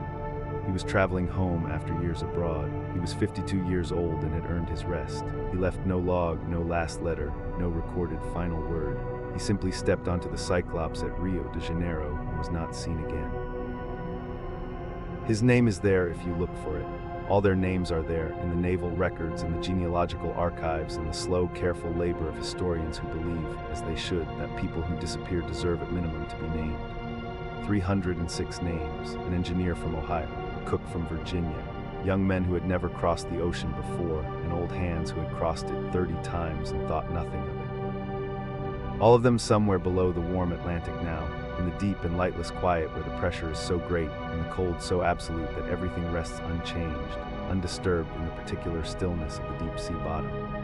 They have been resting there since March of 1918. They have been resting through 2 world wars and a century of human noise, down in the quiet that the ocean floor has always kept, far below the reach of storms or ships or the turning of the years above. Let them rest, then. We have told their story as honestly and as gently as we can. We have named the ship and named the captain and named the cargo and named the man who never made it home to the wife who was waiting. We have sat with the theories and found the most likely one, the cracked engine, the dense oar, the low freeboard, the design flaw confirmed by the 2 sister ships that followed her down in the next war. We have honored the mystery by not inflating it and honored the dead by not forgetting them. That is all a story like this asks of us. The Cyclops is down there still, somewhere in the deep water between Barbados and Baltimore, in the part of the ocean that maps mark and mariners cross and that has held its quiet for a very long time. She's a reef now in the way that all sunken ships eventually become reefs, a hard surface in the soft dark, a place where the creatures of the deep water gather without knowing what they are gathering around. The great hull is there, settled into the mud, and the oar is there, scattered and dissolving very slowly over the long centuries, and somewhere in that quiet the 306 are part of the ocean now, part of the long, slow chemistry of the sea, part of the water itself. There are worse resting places. The sea is very old and very wide, and it holds its dead with a gentleness that the living sometimes forget it possesses. Close your eyes a little if you have not already. Feel the weight of the warm blanket, the soft dark behind your eyelids, the way the breath slows when the body begins to let go of the day. The Cyclops is at rest. The question of how she came to rest there has been told as plainly as it can be told, and now it can lie still too, the way questions lie still when you stop asking them and let the night take them. There is nothing more to hold on to here. The ship, the cargo, the captain, the 306, they have all found their deep and quiet place, and now they are only part of the long, soft story of the sea, which is the oldest and most patient story there is. We have not come to the end of the water yet. There is more sea ahead, and more strange and gentle history to drift through before the night is done. For long before the Cyclops, long before the Navy or the great iron ships or any of it, another man crossed these very waters in 3 small wooden ships with sails like white wings in the autumn of 1492. He was a navigator from Genoa, sailing westward into an ocean that Europeans had never truly crossed, and he was keeping a log, and in that log, on a particular October night, he wrote down something strange, a light, a wavering glow on the dark water, seen from the bow of his ship and gone again before he could name it. He wrote it down carefully, in the quiet voice of a man who believes in exact observation, even when the thing observed has no easy explanation.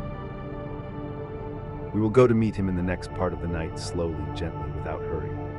We will follow the Santa Maria out into the same warm, dark ocean, and we will read those lines from 1492 by the low light of imagination, and we will let his mystery be as soft and as unhurried as all the others, but not yet. For now, let the sea hold you as it has held all the rest of them, warmly, patiently, without any need for you to do anything at all. Let the breath slow. Let the thoughts go soft at the edges. Let the deep quiet of the water come up around you, not cold but warm, not frightening but easy, the way the ocean is easy at the last when you stop fighting it and simply let it carry you. You are going down now slowly towards sleep. The ship is down there in the dark, resting. The 306 are resting. The sea is resting in the way the sea rests, always moving, always carrying, but carrying gently, carrying quietly, carrying everything it holds with the patient and personal tenderness of something that has been doing this for longer than any of us can count. Let it carry you too. You have earned it. The night is wide and warm and long, and you are already drifting, already going down toward the good dark place where nothing asks anything of you and the breathing slows and the weight lifts off. And the story goes on without you for a while, softly in the next room, in the next chapter, in the warm and quiet sea. We leave that great gray ship to its quiet now, and we sail back, far back, past all the steamers and all their iron, past the smoke and the engines and the lonely radio rooms, to a time when the only ships upon the sea were small wooden ones with sails the color of cream. Let the years unspool backward all on their own, the way a long thread loosens from a spool when you tip it gently in your hand. The water beneath us stays the same warm water it has always been. The stars overhead are the same stars, and we are only drifting now, softly, into an older chapter of the same quiet sea. Let us go back then to the autumn of the year 1492, 500 years before the airplanes, 500 years before the radios and the searchlights and all the worried voices. There is no Bermuda Triangle yet, not even by that name, not even as an idea. There is only the open Atlantic, broad and blue and barely known, stretching west past the edge of every map that anyone had ever drawn. And upon it, very small, 3 wooden ships are moving slowly westward across the swell, leaning into a warm and steady wind. 3 ships, and a man standing at the rail with ink drying on his fingers, writing everything down. His name was Cristobal Colon, which the world would later reshape into Christopher Columbus, and he was a Genoese-born mariner sailing under the flag of the Spanish crown. He had argued his case before Queen Isabella and King Ferdinand in the great halls of Castile, laid out his charts, and at last in the April of 1492 they had given him what he asked, 3 ships, 90 men roughly, and the title Admiral of the Ocean Sea, which was a grandly hopeful name for a man sailing toward a sea no European had ever measured. The contract he signed that spring was called the Capitulations of Santa Fe, and it promised him 1/10 of all the riches he might find. He was 40 years old, or thereabouts. He had been trying to get someone to listen for 7 years. The 3 ships were the Santa Maria, the Pinta, and the Nina, and by the standards of almost any later age they were very small. The Santa Maria was the largest and the slowest, a round-bellied vessel of perhaps 100 tons by burden, no more than 60 feet from bow to stern. Columbus himself would eventually call her difficult, a poor sailor, too heavy and too cumbersome for the work. The Pinta was a caravel, lighter and quicker, and it was aboard the Pinta that a sailor named Rodrigo de Triana would later cry land. The Nina was the smallest of the 3, another caravel, barely 50 feet of oak and pine and pitch and canvas, yet she was Columbus's favorite. She was fast, handy, true. He would sail her home again and trust her with his life. They set out from Palos de la Frontera, in the south of Spain, on the 3rd of August, 1492, before dawn. They sailed first to the Canary Islands, off the coast of Africa, where they rested and made repairs and took on fresh supplies, and then on the 6th of September they turned their prows west into the open Atlantic and let the wind have them. From the Canary Islands to the islands of the Bahamas, where they would eventually land, is roughly 3,300 miles of open water. There is no land at all in between. It would take them 36 days. Now Columbus kept a daily record of this voyage, a ship's log, a diary of the crossing, and that document has become one of the most closely read texts in the history of exploration. The original in Columbus's own hand did not survive, but a Franciscan friar named Bartolomé de las Casas, writing in the 1530s and 1540s, made a careful transcription of it and preserved long passages verbatim, in the first person, as Columbus himself wrote them. It is that transcription, the diario, that tells us what Columbus saw and heard and felt and feared out on that warm, strange sea. And within its pages are 3 gentle little wonders that storytellers in later centuries would gather up and turn into the earliest dark chapter of the Bermuda Triangle legend. Tonight we will simply hold them up to the light and look at them honestly, and then set them down again without alarm, because there is nothing alarming in any of them. The first wonder came on the night of the 13th of September, 1492. The fleet had been at sea 1 week, crossing through the longitude of the islands they had left behind, and Columbus's pilots were keeping their course by the compass, as they had always kept it, watching the small magnetized needle that floated quietly in its box and turned always reliably toward the north. But that night, and in the days and nights that followed, something subtle began to happen. The compass needles were no longer agreeing perfectly with the position of the North Star. They were drifting slightly, varying from true north by a few degrees, swinging westward of where the star stood in the sky. By September 17th, the variation was measurable enough that Columbus wrote it plainly in the log that the needles were declining noticeably from the north, turning northwest instead. This troubled the men as Columbus recorded it, because they relied on the compass above nearly everything else, and to see it wander was to feel the firmest thread between themselves and home go briefly slack. Columbus himself, though, had seen hints of compass variation before, and he kept his head. He chose to say nothing to the crew at first, managing the unease quietly, and when the pilots pressed him, he offered them an explanation he may or may not have fully believed himself. that it was not the needle that moved but the North Star, that the star itself traced a small circle in the sky each night around the true celestial pole and was therefore not perfectly fixed, and that this accounted for the discrepancy. It was a partial truth, clever enough to calm frightened men, and it worked. The real explanation is entirely beautiful and entirely earthly. It is what we now call magnetic declination, or magnetic variation. The fact that the geographic North Pole toward which maps are oriented and the magnetic North Pole toward which the compass needle actually points are not the same place. The magnetic North Pole sits in northern Canada, hundreds of miles from the geographic one, and it drifts year by year as the molten iron deep within the Earth shifts and turns. Because of this, the angle between true north and magnetic north changes, depending on where on the surface of the Earth you happen to be standing, and it also changes slowly over time as the magnetic pole wanders.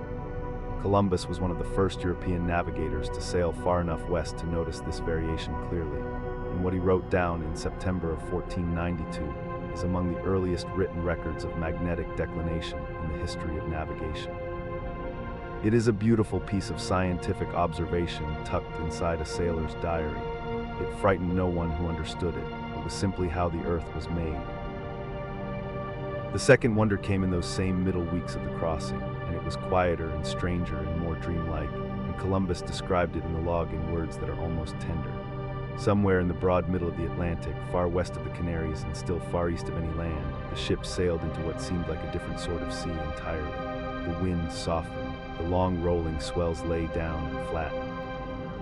The surface of the ocean became almost glassy, reflecting the sky in a calm that felt less like weather and more like the held breath before something happens.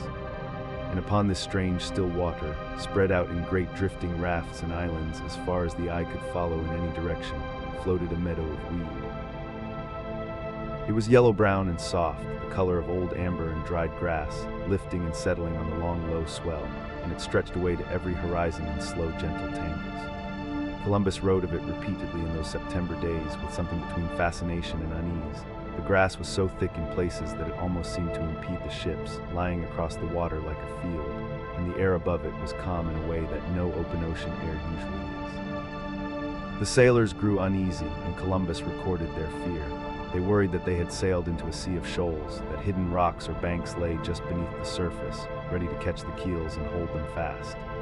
Some feared the weed would grow thicker and thicker until it trapped the ships altogether, that they would sit there becalmed in a great floating meadow with no wind to pull them free and no way home. We call this place the Sargasso Sea and the weed Sargassum, and it is one of the strangest bodies of water on Earth, the only sea bounded not by land but by ocean currents, sitting in the warm heart of the North Atlantic Gyre, a great slow wheel of water that turns clockwise around a still center, and at that center the Sargassum floats. It floats not by being rooted anywhere but by the clever engineering of the weed itself, each frond lined with small round air-filled berries like tiny golden grapes that keep the whole soft tangle suspended at the surface where the light is and where the warmth is. The weed has lived there perhaps for millions of years, drifting in its slow golden rings, going nowhere, tended by the ocean. If Columbus or any of his men had leaned over the rail and looked down into the weed carefully, they would have seen a miniature world inside it. Sargassum filefish, painted the exact freckled gold and brown of the weed, drifting invisible among the fronds. Sargassum shrimp, colored the same, nearly impossible to find unless they move. Baby sea turtles riding the weed on the first open ocean leg of their long migrations. Flying fish shooting from beneath the tangles and briefly crossing the air. The whole gentle community of small lives that have evolved over uncountable generations to live inside this floating meadow, each one wearing the weed's own colors as a disguise, each one perfectly at home in a place that looks to frightened sailors like the end of the navigable world. But the ships were never in danger. The Sargassum, thick as it looked, offered no real resistance to the keels of vessels moving under sail. Columbus noted that the sea was deep beneath it, no soundings from the bottom, though his men put out their lead lines. The weed parted before the bows and closed again behind the sterns, softly and without effort, and the ships moved through it day after day without event. By early October, they were through it and into clearer water again, still westbound, still carried by that patient trade wind, still alive and intact and together. The golden meadow fell astern and the open blue opened again before them, and the compass drifted softly in its box and the days accumulated, and the men were afraid, some of them deeply, but but the ships sailed on. There's a famous story about those middle weeks that the crews came close to mutiny, that they begged Columbus to turn back, that he bought them off with a promise to turn around in 3 days if no land appeared. Columbus himself wrote of the men's anxiety, of their murmuring and their prayers, of the difficulty of holding the course westward against an already nervous crew. Whether a formal near mutiny happened, as later writers described it, is disputed among historians. Columbus's own log is more measured about it than the dramatic accounts that appeared in later centuries. But the anxiety was real. 33 days on open water in a 60-foot wooden boat, out past every map in a sea that had turned golden and strange. Of course the men were afraid. It would take something close to a miracle, or at least something close to a certainty, to keep them sailing westward. Columbus provided that certainty day after day, by holding the course and trusting the wind and writing calmly in his log, as though the destination were never in doubt. And then came the night of the 11th of October, 1492, and the third and most famous of the 3 small wonders, the one that 5 centuries later would be plucked from the log and placed at the head of the Bermuda Triangle myth as its oldest and most romantic evidence. Columbus was keeping watch that night. It was a warm October night. They were deep in the western Atlantic now, and there were signs that land might not be impossibly far. A live green branch floating past the hull, a carved stick, a small green fish that those on board recognized as a kind that lived near rocks and shores. Columbus and the pilots knew from these signs that the crossing might be nearly done, and so the watch that night was a watchful one, everyone at the rail, everyone looking, searching the dark horizon. Columbus himself wrote in the log that around 10 o'clock that evening, 10 of the clock at night, he saw, or thought he saw, a light far ahead. He wrote of it in simple, careful words. He said it was like a small wax candle rising and falling, una candela que si alzaba y levantaba, a little flame that lifted and settled, out in the darkness to the west. He was not certain enough to call it land. He called a man named Pedro Gutierrez over to look. Gutierrez was a servant of the king's household who had come aboard at Palos, and Gutierrez confirmed that he too could see something. Columbus called a second man, a man named Rodrigo Sanchez of Segovia, who had been appointed as an official observer by the crown, but Rodrigo Sanchez said he could see nothing from where he stood. The light, if it was a light, flickered in and out of sight and then was gone, and the dark closed over it again. Columbus wrote it down quietly, and the watch went on. 4 hours later, at 2 in the morning, a cannon shot boomed from the Pinta. That was the signal. Rodrigo de Triana, a sailor in the Pinta's crow's nest, had seen a white cliff shining in the moonlight, a real shore, the first land any of them had laid eyes on in 33 days at sea. In the growing gray of the early dawn, an island rose up out of the western ocean, low and green and real, and the 3 small ships turned toward it and dropped anchor in calm water, and the men came up from below to look, some of them weeping, and Columbus stood at the rail in the October morning light with ink on his fingers, and whatever feelings a man accumulates across 33 days of not knowing, and he gave thanks, and he named the island San Salvador. What was the light he had seen 4 hours before that landfall? Here the explanations are gentle and many and all of them sensible, and none of them supernatural. The island Columbus was approaching, the island we now call San Salvador in the Bahamas, was inhabited. The indigenous Lucian people lived there, a branch of the Taino, and they built fires at night, as people everywhere have always built fires at night. A fire on that low island, seen from a ship still miles out at sea, would look exactly as Columbus described it, a small point of warm light, rising and falling with the motion of the sea between the observer and the flame, flickering as fires flicker, lifting as it brightened and settling as it dimmed. He was looking almost certainly at a Lucian fire burning on shore, a cooking fire or a signal fire, or simply the ordinary fire of a village going about its evening, on an island that would by dawn be the most momentous island in the history of European exploration. Other explanations have also been offered over the years, all of them calm. Fishermen with torches, working the shallows of that shallow-banked island. Bioluminescent organisms in the water, briefly excited by some disturbance, that cold green living light that the sea carries in its warmer latitudes and that Columbus had already written about admiringly elsewhere in the log. A meteor burning low across the horizon. The trick that tired and hopeful eyes play on a dark sea when they have been staring into the dark long enough and want very badly to find something there. Any of these could produce exactly what Columbus described. The one explanation that does not appear anywhere in Columbus's own words, and that would not occur to anyone for another 4.5 centuries, is that the light had anything to do with a mysterious triangle of sea. That came later, much later, and the path from Columbus's gentle log entry to the Bermuda Triangle mythology is a path worth tracing, because it tells us something instructive about how legends are built.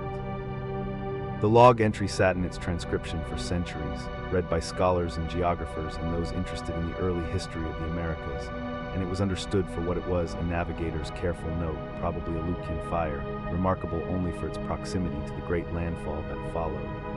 Then in the 1790s, more than 300 years after the voyage, writers began retelling the Columbus story with embellishments. The compass anomaly, which Columbus had written about matter-of-factly, began to be described in more alarming terms, not as magnetic declination, which was by then well understood, but as a mysterious malfunction, an inexplicable failure, something the sea had done to the instruments. The light on the water grew larger and stranger in each retelling. By the 19th century, popular histories were treating both events as harbingers of something uncanny. Then in 1950, a writer named Edward Van Winkle Jones published a newspaper article about ships and planes disappearing in the western Atlantic. And in 1964, a writer named Vincent Gaddis coined the phrase Bermuda Triangle in the pages of Argosy magazine. And suddenly there was a shape, a geography, a name for the danger. And writers looking for historical precedents to make the triangle feel ancient and inevitable reached back into Columbus's log and pulled out the compass and the light and the golden weed, and placed them at the head of the story as though they were its prologue. The Bermuda Triangle in this telling had been unsettling sailors since 1492. The oldest European voyage through these waters had already come away shaken. The mystery was that deep, that old, that serious. But Columbus himself would not have recognized that description of his voyage. He crossed those waters and he came through safely. He found what he was looking for, or close enough to it. The compass wandered in the way that compasses do when you sail far enough west, and he noted it and explained it calmly to his men. The weed was thick and strange, and his crew was frightened, and he held the course, and the weed parted, and the deep water was beneath it all along. The light in the dark turned out to be the shore, close enough that 4 hours later a man in the rigging could see the white of the cliff face in the moonlight. Nothing was lost. No one was taken by the sea. The three little ships came through together and dropped their anchors in the shallows of a new world on the 12th of October, 1492, and the crossing was done. There is something deeply comforting in that. Not the absence of strangeness, there was strangeness. Those early crossings were full of strangeness. Everything was strange.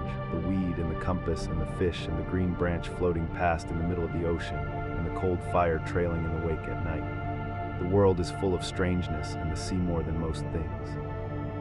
But strange is not the same as dangerous, and wonder is not the same as threat, and a man who writes carefully in his log about a light that looks like a small wax candle rising and falling in the dark is not a man who has been shaken or terrified. He is a man paying attention, which is what good sailors have always done, noting the world around them with care, setting it down in ink, leaving a record for whoever comes after. Bartolomé de las Casas, who preserved that record for us, was himself a remarkable man, a Spanish priest who became one of the earliest and most passionate voices against the enslavement and destruction of the indigenous peoples of the Americas, who spent his long life writing and arguing and petitioning on behalf of people who had no power to petition for themselves. He was born in Seville in 1484, 8 years before the first crossing, and he lived to the age of 92, long enough to see what the world Columbus had stumbled into was becoming. He transcribed the Diario in the 1530s, when Columbus had been dead for nearly 30 years, because he understood that the record mattered, that what had been seen and written on that crossing was a document the world should keep. We are reading his careful hand across 5 centuries and Columbus's words inside it, and the light that Columbus saw is still there on the page, small and warm and unfrightening, rising and falling in the dark. Think of what it took to keep that course.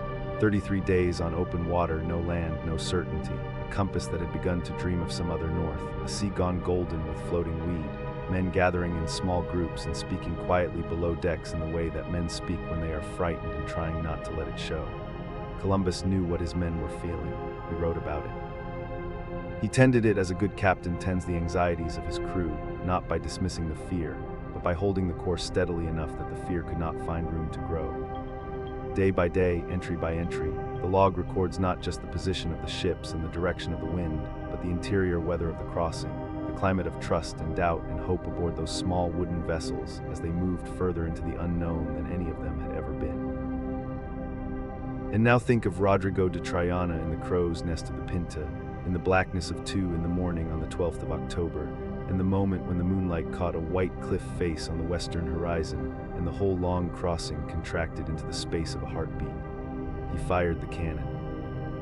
That single shot crossed the water and brought men tumbling from their hammocks and up the ladders to the deck, blinking in the dark, and the cry went from ship to ship across the black water, and somewhere out there in the night, a green island lay breathing in the warm Caribbean air, waiting, as it had waited through all of its Long Island history, for whatever came next. Columbus waded ashore that morning in his best clothes, carrying the royal standard, and behind him his captains came, the Pinzon brothers, Martin Alonso Pinzon of the Pinta and Vicente Yanez Pinzon of the Nina, and the Lucian people who had woken to find 3 strange ships in their waters came to the beach to see who had arrived from the sea. Columbus gave them red caps and glass beads, and they gave him parrots and thread and small darts, and the 2 groups stood together on a beach in the morning light of a new world, and none of them knew exactly where they were, and it was the beginning of everything that followed, for good and for ill. But that is a different story and a daytime story, and tonight we are in the water in the dark, in the soft hours before the dawn, with the small candle rising and falling far ahead on the face of the sea. So let the image rest with you now, as gently as it wants to, the 3 pale ships upon the warm Atlantic, the trade wind pressing faithful at their backs, the golden meadow of Sargassum opening before the bows and closing again behind, soft as a field of ripe grass. The compass needle turning slowly in its box, dreaming its slightly different north, no alarm in it, only the deep, slow magnetism of the earth speaking through a small piece of metal in a wooden case. And then the night of the 11th of October, and the watch, and the dark horizon, and one tired man at the rail looking west with everything he had crossed an ocean for just barely within reach, and out there in the dark, a small warm light, rising as it brightens, falling as it dims, like a candle someone has set in a window to say, "Come here, come this way, the shore is near, you can rest now." He wrote it down in careful words. He called it una candela, a little candle. And it has floated in the record ever since, across 5 centuries, exactly as he left it, not a monster, not a warning, not the first tremor of a mystery that would swallow ships and planes and explanations whole, but simply a light seen by a tired man on the night before everything changed, a fire on a shore he could not yet see, in a world he could not yet name, warming his eyes across the last dark miles of the longest crossing he had ever made. That is the oldest Bermuda Triangle story, and this is what it is. A man paid attention, the compass wandered as compasses do, the weed drifted as it drifts, the light burned on an inhabited shore, and the ships came through. They always came through, even out at the edge of everything, with the needles dreaming in the water gone gold and the night pressing close and the men below afraid, the ships came through. There is something to hold in that, if you want to hold something, on your way down into sleep. The compass needle and its wandering north belong to the next quiet hour, to the story of how the earth carries its magnetic heart displaced from its geographic one, and how that hidden fact has drawn wonder and misdirection alike for as long as men have sailed. And there are deeper things in this water too, things at the bottom of this sea that have their own quiet stories to tell, the long trenches where the ocean floor drops away into cold dark that the light has never reached. But those are stories for after you have rested, and you are resting now. You are nearly there, being carried the way Columbus's men were carried, rocked by the same warm water, the same patient swell lifting you and setting you down again, lifting and setting down, easy and unhurried, on the long passage through the dark toward morning. Let the little candle go on burning, far ahead, small and warm and steady, rising and falling on the face of the night. Let the compass needle go on turning in its box, dreaming gently of its own quiet north. Let the golden weed drift past in slow meadows on either side, the small lives within it going on about their small business, the fowlfish and the shrimp and the baby turtles rocking with the weed, asleep in their floating field. Let the trade wind press easy and constant at your back. There is nothing out here that can harm you. There never was. The sea is very old, and it has seen everything, and it asks only that you let it carry you, as it has always carried everything that has trusted it, safely and without hurry through the warm dark to the morning. Drift now, there is a long way still to go, and no reason at all to hurry. There is a small brass needle resting in a glass-faced case, and there is the floor of a very deep sea, and And tonight we are going to turn both of them over slowly in the low light and let them give up what they actually know. There is real knowledge here, old and careful and precisely measured, and it is every bit as beautiful as a mystery, perhaps more so because it is true, and truth has a particular kind of warmth to it, the warmth of something that holds its shape when you press on it, that does not dissolve when you look too closely. Come softly, we are going somewhere worth going. We begin with the needle. A compass needle is a sliver of magnetized metal balanced on a point so fine you cannot see it clearly without a glass, and it floats there above that invisible fulcrum with such perfect delicacy that the faintest breath of air from an open porthole will set it trembling. And yet, for all its delicacy, it is also very sure of itself. It has one purpose, and it knows that purpose completely. It swings, it trembles, it searches for a moment, and then it settles. And the direction it points, the direction it has always pointed since the first sailor held one over the first open water, is north. Or near enough to north that for many centuries people used those two things as if they were the same, the needle and north. The needle is north, north is the needle. It seemed to work well enough, and for a long time no one had cause to ask whether those two things, the needle and the true fixed top of the world, were really the same thing at all. They are not. The true North Pole, geographic north, as it is sometimes called, true north, is a fixed point. It is the northern tip of the axis around which the Earth spins, day after day and century after century, the still pin at the top of everything. It does not move. If you sailed there and stood on the ice, every direction from where you stood would be south. The sun, if it were up, would circle the horizon at an even height and never rise or set. True north is a mathematical fact, a consequence of the Earth's rotation, as fixed and patient as any point in geometry. But the needle does not point there. The needle points to a different north, a north that is not fixed, not patient, not mathematical, a north that wanders. Deep beneath the surface of the Earth, beneath the crust, beneath the mantle, the outer core of the planet is iron, liquid iron, moving in great slow currents driven by the heat of the deep interior and the rotation of the Earth.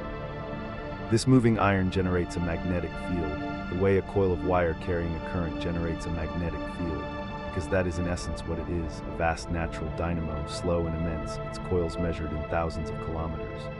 And the magnetic field this slow iron ocean produces reaches all the way up through all those miles of rock and ocean to the surface, where a little sliver of magnetized metal can feel it and lean toward it. That is what the compass needle is doing. It is feeling the pull of the liquid iron turning in the dark at the center of the world. Now the magnetic pole, the place toward which the needle leans, is not the same place as the geographic pole. It never has been. The liquid iron in the outer core moves in patterns too complex and too slowly changing for the magnetic pole to sit still at the top of the world. Instead, it wanders. In the past century alone, it has moved something on the order of 1,000 kilometers, drifting generally northwestward across the high Canadian Arctic, crossing over and into the Arctic Ocean, tracking slowly toward Siberia at a rate of somewhere between 50 and 60 kilometers a year in recent decades, though that rate has varied. It has been measured, tracked, predicted within limits, and tracked again. We know where it is. We know roughly where it is going. But it will not stop, and it will not sit where we put it. This means that anywhere on the surface of the Earth, if you hold a compass level and let the needle settle, the needle will point not to true north, but to the magnetic North Pole, and those two directions will differ by some angle. That angle, the angle between the direction to true geographic north and the direction to the magnetic pole, is called magnetic declination, or sometimes magnetic variation. Navigators use the same word, variation, and it has been recorded on nautical charts for hundreds of years. Every chart of every patch of ocean carries lines called isogonic lines, which are curves drawn to connect all the places where the variation is the same value. A navigator crossing one of those lines knows that the amount he must correct his compass reading has just changed, and by how much and in which direction. Because the correction matters enormously, a ship steering by compass is following the needle, and the needle points not quite where the ship's captain thinks north is. If the variation in these waters is 10 degrees to the west, that is, if the needle points 10 degrees west of true north, then a ship following the needle, thinking it is going straight north, is actually tracking 10 degrees off. Over a short distance, that error is small. Over a long ocean passage, 10 degrees of uncorrected error is the difference between landfall and open sea, between a harbor and a reef. Navigators have always known this and always corrected for it, noting the variation for their waters, applying the arithmetic, steering the true course. It is one of the oldest and most fundamental skills of the sea. Now picture a line. A line drawn across the surface of the earth, meandering like a great river through the oceans and continents, not quite straight, not regular in its curves, following no principle except the one fact of the earth's magnetic field at this particular moment in history. Along this line and only along it, magnetic declination is zero. The needle points exactly to true north, no correction required, the map and the compass in perfect, unrepeatable agreement. This line has a name. It is called the agonic line, from the Greek word for no angle, the line of no angle, the line of zero deviation between the magnetic and the geographic. In the early decades of the 20th century, the 1910s, the 1920s, through much of the period when the Bermuda Triangle was gathering its legend, that agonic line ran down through the western Atlantic. It passed through the region of open ocean that the legend calls the Bermuda Triangle. And because the magnetic pole is always wandering, that line has since drifted westward as the pole has moved, until today it passes through the Gulf of Mexico, well to the west of where it was. It is no longer in the triangle at all, but for a significant stretch of modern navigational history, it was there, and that small geographical fact is the seed from which a much larger story grew. Here is how the story grew. Writers who compiled accounts of disappearances in the Bermuda Triangle needed, as all storytellers do, a hook, a single vivid fact that would explain why this particular patch of ocean should be dangerous when others were not. And the agonic line, slightly misunderstood and considerably overstated, gave them one. It was true, they said, that the Bermuda Triangle was one of only two places on Earth where a compass pointed to true north. It was true that this represented something unusual about the magnetic character of the region. And the implication that followed, the implication that was never quite stated in so many words but drifted unmistakably through the telling, was that something strange and perhaps dangerous was happening to compasses in those waters, that pilots became confused, that instruments went wild, that ships and planes lost their way in a haze of magnetic strangeness. The kernel of truth in this story is real. The agonic line was there. And it is genuinely true that a navigator who crossed the agonic line without understanding what it meant, without correcting for the change in variation, or worse, a navigator who had applied a correction appropriate to one side of the line and did not realize the correction had reversed on the other, could find himself making significant errors. But the compass was not misbehaving. The compass was doing exactly and precisely what a compass always does, which is to point faithfully toward the magnetic pole. No more, no less. The confusion, when it existed, was in the navigator's understanding of what the compass was pointing at, not in the compass itself. There is no magnetic vortex in the Bermuda Triangle. There is no anomalous field, no portal, no zone of interference. There is only a place where, for a time, the variation happened to be zero, where the needle happened to point straight, and where a sailor who expected to correct eastward found instead that he needed to correct westward, or not at all. Physics, exactly as physics always is. The compass knew what it was doing. Let the needle rest there a moment, settled and sure, pointing its honest north into the dark. There is something quieting about that correction, about the whole idea that the world is arranged so precisely that a line exists where two different norths agree for once. It happens to be drifting, yes, and it happens to have moved on from these particular waters now, but it was there, and it was real, and it was nothing but the Earth's own magnetism working out its slow equations in the ocean beneath the hulls. All those ships and planes that crossed it in those years passed through it the way you pass through the invisible line where a room grows warmer, a real thing, measurable there and then not there, and entirely physical. The ocean is full of such lines. The scientists who measure it have drawn thousands of them, and every one of them is a fact about the Earth rather than a mystery. Now let us sink. Not quickly, there is no hurry here. Let us sink the way light sinks through clear water on a still afternoon, slowly, the color changing, the surface growing distant, the world above becoming a soft shimmer that fades as we go down. Down past the sunlit layer, the upper 100 meters or so where the light is still strong enough to turn the water that vivid tropical blue, the blue that sailors have always called the color of deep water, though this is merely the shallow edge of it. Down past the thermocline, where the temperature drops by several degrees over the space of a few meters, as if a door has been closed between the warm surface water and the cold deep ocean below. down into the dark blue, where the light is dim and green-tinged, and the pressure is beginning to press in from all sides, gentle but insistent, the whole column of water above making its weight known. Down, further down, into the dark. The Atlantic Ocean is a deep basin, and in places its floor is far below anything we are accustomed to imagining. The average depth of the Atlantic is something over 3 kilometers, 3,000 meters, nearly 2 miles of water above the seabed, but the average is not the deepest. Just to the north of Puerto Rico, running roughly east-west for hundreds of kilometers, there is a trench. A canyon of immense proportions, the kind of geological feature that is difficult to hold in the imagination because the scale of it defeats familiar comparison. It is called the Puerto Rico Trench, and it is the deepest point in the entire Atlantic Ocean. At its deepest, the seafloor lies over 8,400 meters below the surface, more than 5 miles straight down, a column of black water and crushing pressure that no diver has ever entered, that only a handful of specialized robotic vehicles have reached. Think about 5 miles. Drive along a highway for 5 minutes at 60 miles an hour, and you have covered 5 miles, a distance you can watch pass your window, the span of a small town, a couple of shopping centers and their parking lots and the fields between. Now tip that same 5 miles downward, straight down into the sea, and stand at the bottom of it, in absolute darkness and water cold enough to be nearly at the freezing point, and under a pressure of more than 800 times the pressure of the air at the surface. At that pressure, the water would compress a sealed empty aluminum can to the size of a thimble. At that depth, the seafloor is gray mud and cold, with the occasional strange pale creature moving slowly through the dark, a fish with huge light-gathering eyes or a creature that has never needed eyes at all. No light from the surface reaches here. No warmth, nothing from up there penetrates to down here. 5 miles is an immensity. And this trench lies directly within the zone that the legend of the Bermuda Triangle encompasses.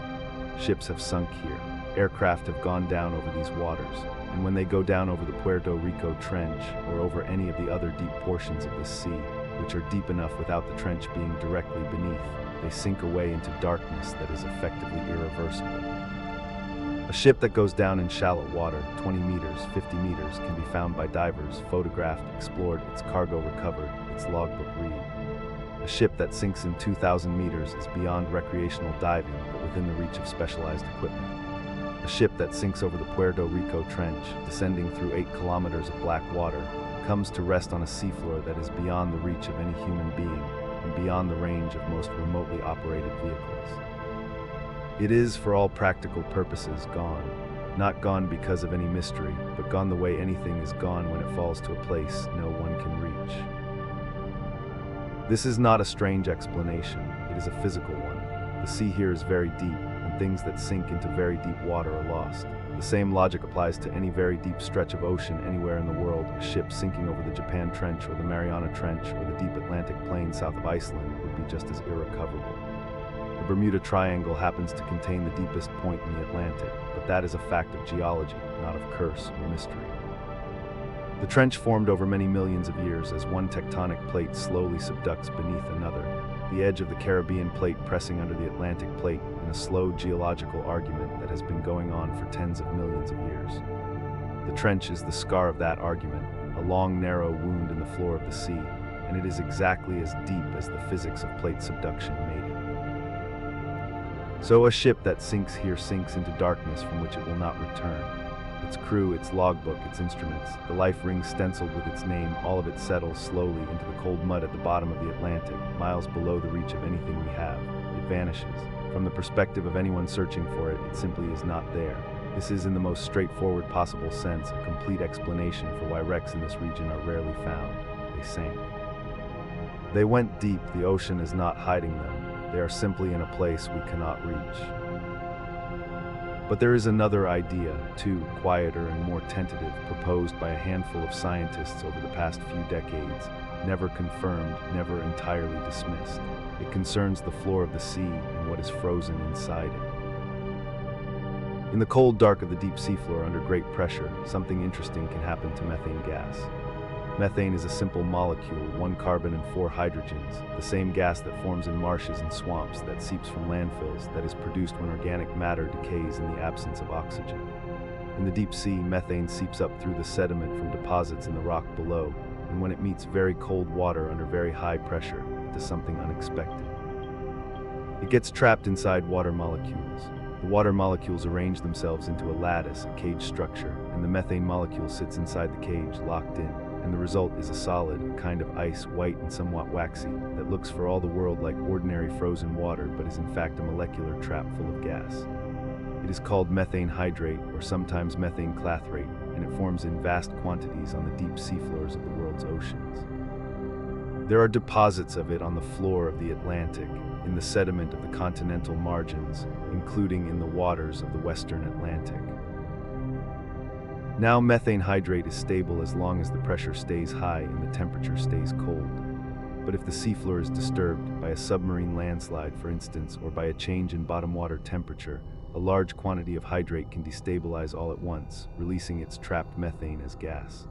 And a large eruption of methane gas rising through the water column would, for the duration of the eruption, fill the water with bubbles. This is where the ship comes in. A ship floats because it is less dense overall than the water it displaces. Its hull is hollow, filled with air and cargo and people, and the average density of the whole vessel is low enough that the weight of the water it pushes aside is equal to the weight of the ship. This is Archimedes' principle, old and reliable, and it works as long as the water has its normal density. But water filled with bubbles is less dense than ordinary seawater. The bubbles are pockets of gas, and gas is very much lighter than water. If you were to lower a ship into a patch of heavily aerated, bubble-filled water, the water would not exert the same upward force on the hull that it normally would, because the mixture of water and gas is lighter than water alone. The ship could, in theory, sink, not because it was damaged or holed, but simply because the medium it was floating on temporarily lost its ability to hold it up. It is an intriguing hypothesis. It has been proposed in scientific papers and discussed and tested with models. And the waters of the western Atlantic, including the Bermuda Triangle region, are known to have methane hydrate deposits in the sediment of the continental shelf. The geology is consistent with the possibility. But there is no evidence that a methane eruption of this kind has ever actually occurred in the Bermuda Triangle in historical times. The hypothesis remains exactly that, a hypothesis, a possible mechanism, a thing that could in principle happen and that would, if it happened, be both dramatic and invisible afterward. The water would return to normal, the gas would bubble away, the ship would be gone without a trace, and there would be nothing on the surface to indicate what had occurred. It is unfalsifiable in the specific historical sense. We cannot rule it out for any particular disappearance because an eruption of the kind required would leave nothing behind. But neither can we point to any confirmed case where it happened. It is a maybe, a thoughtful maybe, a scientist's maybe, the kind of maybe that is useful because it shows us a mechanism that is physically plausible, and that reminds us how many things the sea can do that we have not yet witnessed.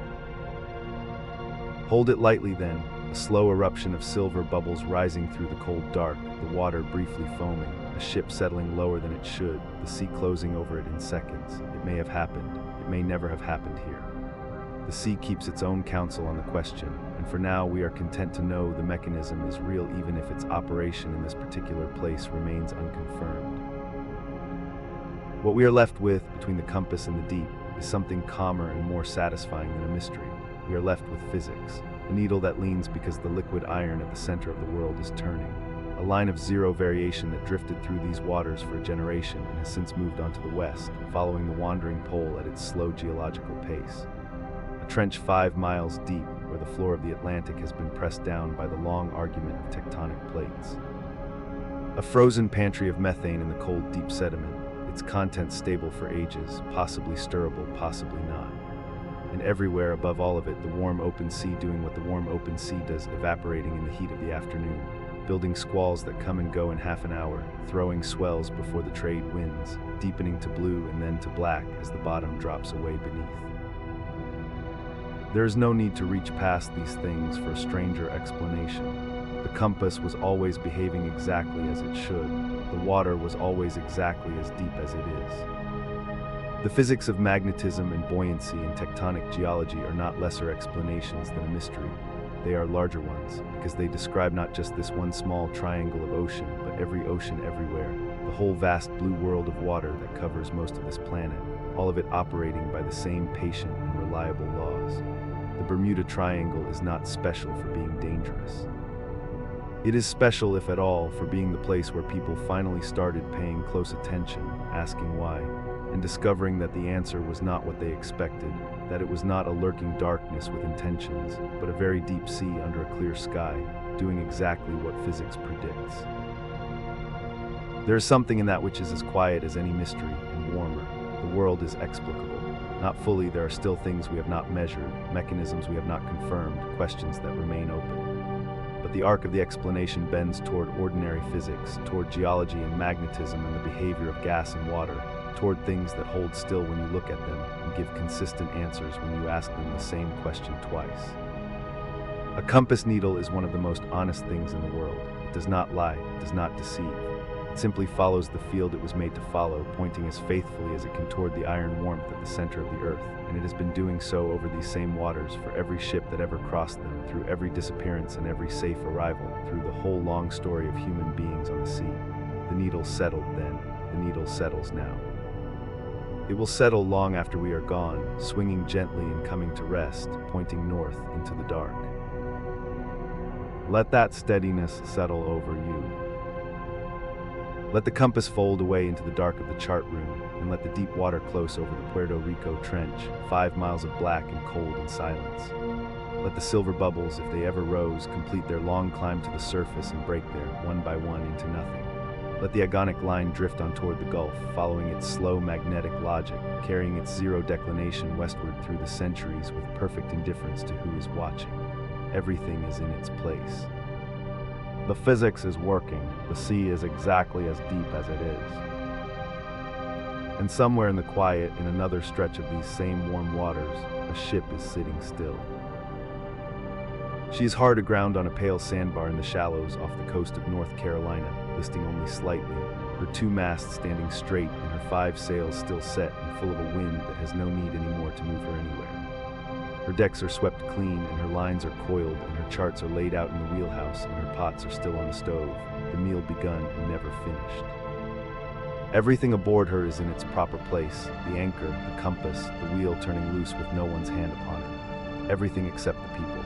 The 8 men of her crew and her 2 officers and her navigator, 11 souls who were there when she was last seen at sea, are nowhere aboard her and nowhere to be found. The ship ran aground at Cape Hatteras on the morning of the 31st of January, 1921, and she was empty, and she has been empty in the telling ever since. She is the Carroll A. Deering. She is waiting for us in the next quiet hour, patient on her sandbar, her sails still drawn. But not yet, for now there is only the needle at rest and the deep water beneath it, and the long, slow breathing of the sea lifting you and lowering you, lifting and lowering as it has always done, as it will always do, unhurried and warm and without end. You are resting on the surface of something very old and very wide, and it is holding you, and the physics of it is perfect, and there is nothing you need to do or understand or remember. Let the warmth of the water rise through your thoughts and carry them softly off. Let the needle settle. Let the dark close over the trench. Let the silver bubbles reach the surface and dissolve.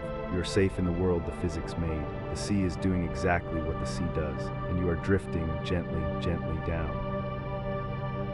We set the brass compass gently down now, and the careful science with it, the talk of swirling needles, of slow gas rising from the seabed, of the long gray shoulder of a rogue wave lifting and falling away. All of that can rest where it lies, like a tool laid back upon a shelf at the close of the working day. We are going to drift north a little now, up along the coast, away from the open ocean and toward the land, to a cool gray morning on a long pale beach. A quiet morning, an ordinary one with nothing in it that can trouble you, only a story we will follow together slowly, the way one follows a path that someone walked long ago. The morning is the 31st of January in the year 1921. It is winter on the outer edge of North Carolina, on a thin and shifting ribbon of sand called the Outer Banks, where the land reaches out into the Atlantic in a long, low arm and then bends back upon itself, as if testing the cold water with one slow finger before deciding to stay home. The place is called Cape Hatteras. The wind here comes off the sea almost always, salt-laden and steady, and the light at this hour is the color of pewter, soft and shadowless, the sun not yet risen clear of the haze. Imagine the beach if you like, only a long gray strand, the sand wet and packed and gleaming where the tide has lately drawn back, and beyond it the slow rolling of the surf, white at its edges, gray-green and patient behind. gulls are awake.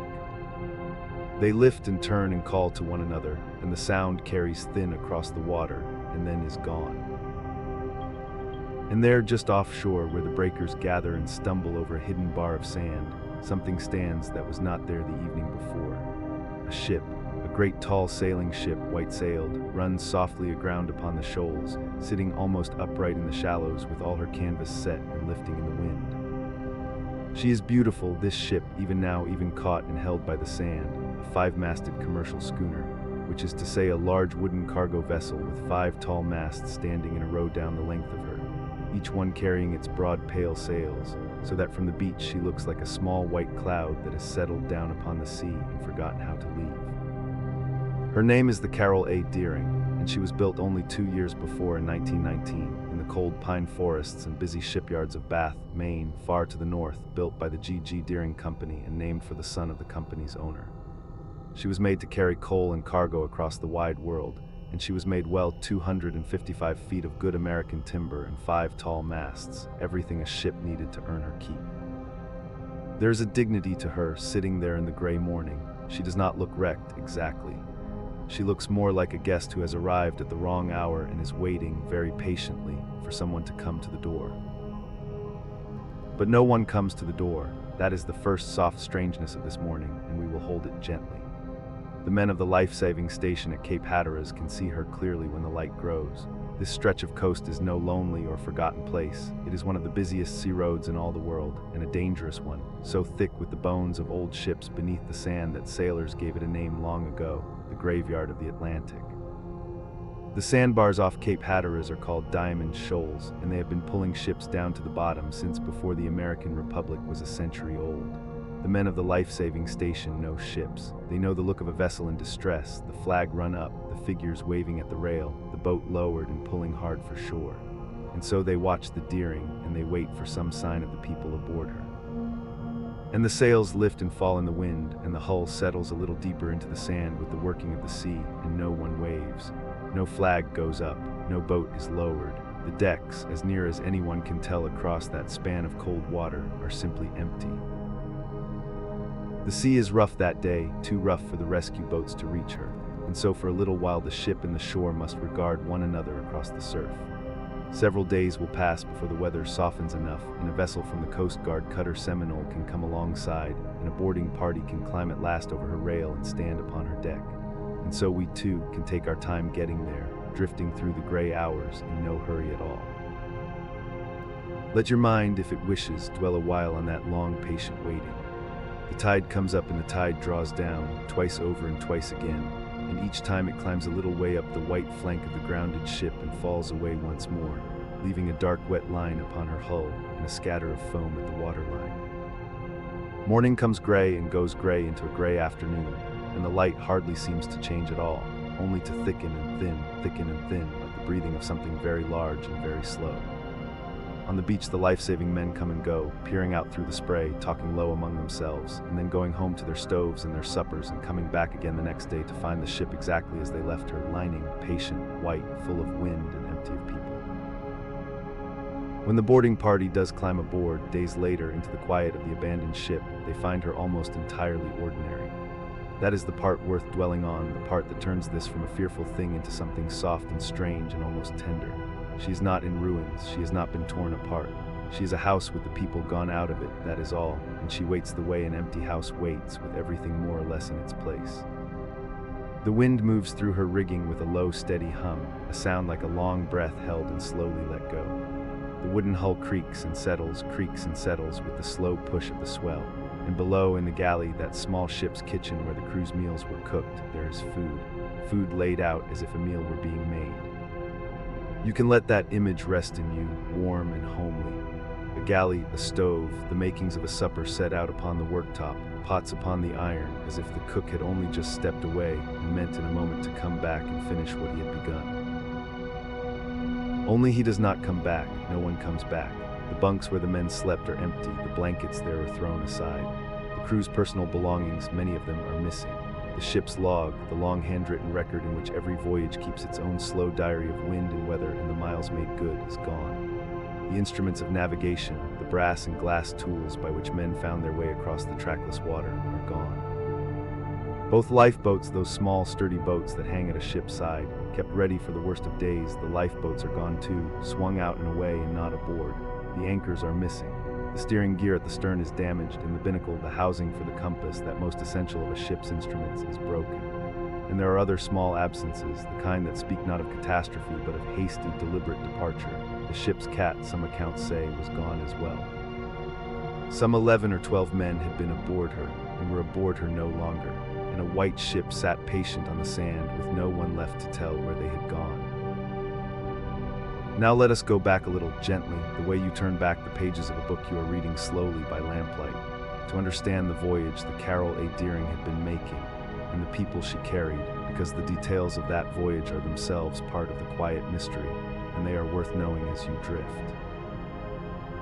The Deering had set out from Norfolk, Virginia, in the late summer of 1920, carrying a load of coal southward to the city of Rio de Janeiro in Brazil, a long haul far down into the southern hemisphere across the rolling blue miles of the open Atlantic. The voyage was routine.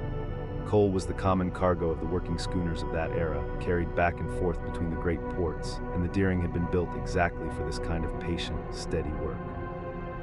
But before the voyage began, there was already a small complication, the first of several quiet hitches that would come to seem, in hindsight, like the early notes of a slow and troubled chord. The original captain of the Carroll A. Deering, a man named William H. Merritt, fell ill before the ship could sail. His son, who was serving aboard as first mate, fell ill as well. And so both men had to be taken off the ship, the captain and the first mate together, and the company was left to find someone new to take her out. The man they found was Captain William B. Wormel. He was not a young man, and he was not unknown in the world of maritime trade. He had years of experience behind him and a reputation for competence. But he was, by the accounts of those who knew him in the later years of his career, perhaps past the peak of his vigor, a retired captain brought back into service to fill a sudden need. And the crew he would sail with were not men he had chosen or known or worked beside for years. They were a new crew, assembled as ship's crews often were in those days, from whoever was available in the port, and Wormel reportedly distrusted some of them from the beginning, felt uneasy, perhaps, in the particular way that an experienced sea captain feels uneasy with men whose habits and tempers he has not yet learned to read. His unease was noted afterward by those who spoke with him in port, and it becomes one of the small threads that investigators would later try to follow, though the thread, like all the others, would eventually go cold in their hands. The Deering delivered her coal to Rio de Janeiro and then began the long journey home, stopping first at the island of Barbados in January of 1921. Barbados was a natural waypoint, a place where ships replenished and rested before the last long pull north, and in Barbados the Deering took on supplies and the captain went ashore, as captains did, to tend to the business of the voyage. And here, too, there were quiet signs of some friction aboard the ship. There were reports of trouble between the captain and at least one member of his crew, reports that the relations aboard the Deering were not entirely easy. Whether this friction amounted to anything, whether it was the ordinary grumbling of a crew ready to be home or something sharper and more dangerous, no one could afterwards say with certainty, but it was noted. It was one of the things the investigators would weigh quietly in the months to come. The ship left Barbados and turned north toward home. And then for a time the story is the story of the sea itself, the long blue miles, the trade winds, the sun and the spray, the slow northward progress of a laden schooner in the winter Atlantic. We do not know what happened in those days aboard that ship on that water, and we will not pretend to. We will only follow the last few signals she sent out to the world before she fell silent entirely. The most human of these signals came on the 28th of January, 1921, 3 days before the Deering was found aground on Diamond Shoals. She was passing the Cape Lookout lightship, one of those floating lighthouses that the United States placed at anchor in dangerous stretches of water, manned by keepers who recorded every passing ship, and as she came abreast of the lightship, a man appeared at her rail and hailed the keeper across the water. The lightship keeper's name was Captain Thomas Jacobson, and what he saw and heard from the passing schooner he recorded carefully afterward. The man who hailed him from the Deering's deck, a man Jacobson would later describe, noting that he did not appear to be an officer, that he was not using the speaking trumpet in the formal way a captain or mate would. This man called across the water that the Deering had lost both of her anchors. He asked that the information be reported to her owners. That was all. A brief, practical message spoken across a strip of gray January sea. "We have lost our anchors, please tell the company."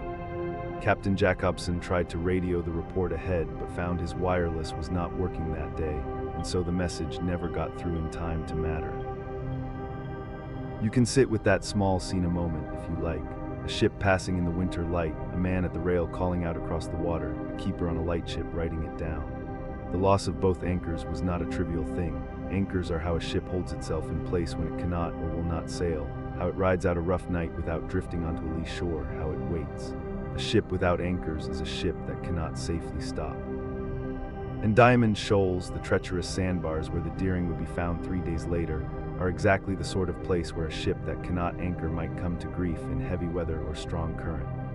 There is almost too neat a logic in it, and the logic is almost gentle. A ship that has lost the means to hold herself still, drifting slowly toward the place that will hold her. But whether that is truly what happened, whether the lost anchors were the whole of the story or only a small piece of a larger and stranger one, is a question that has never been answered. The boarding party that came aboard the Deering in the first days of February 1921 found her as we described: the meal in the galley, the empty bunks, the missing log and instruments and lifeboats, the damaged steering gear and broken binnacle. They found no signs of violence, no blood, no struggle, nothing to suggest that the ship had been boarded by force or that anyone aboard had come to a violent end upon her decks. What they found was the absence of people, the vast and quiet and completely unexplained absence of 10 or 11 or 12 men who had been alive and going about their ordinary work 3 days before and were now nowhere at all.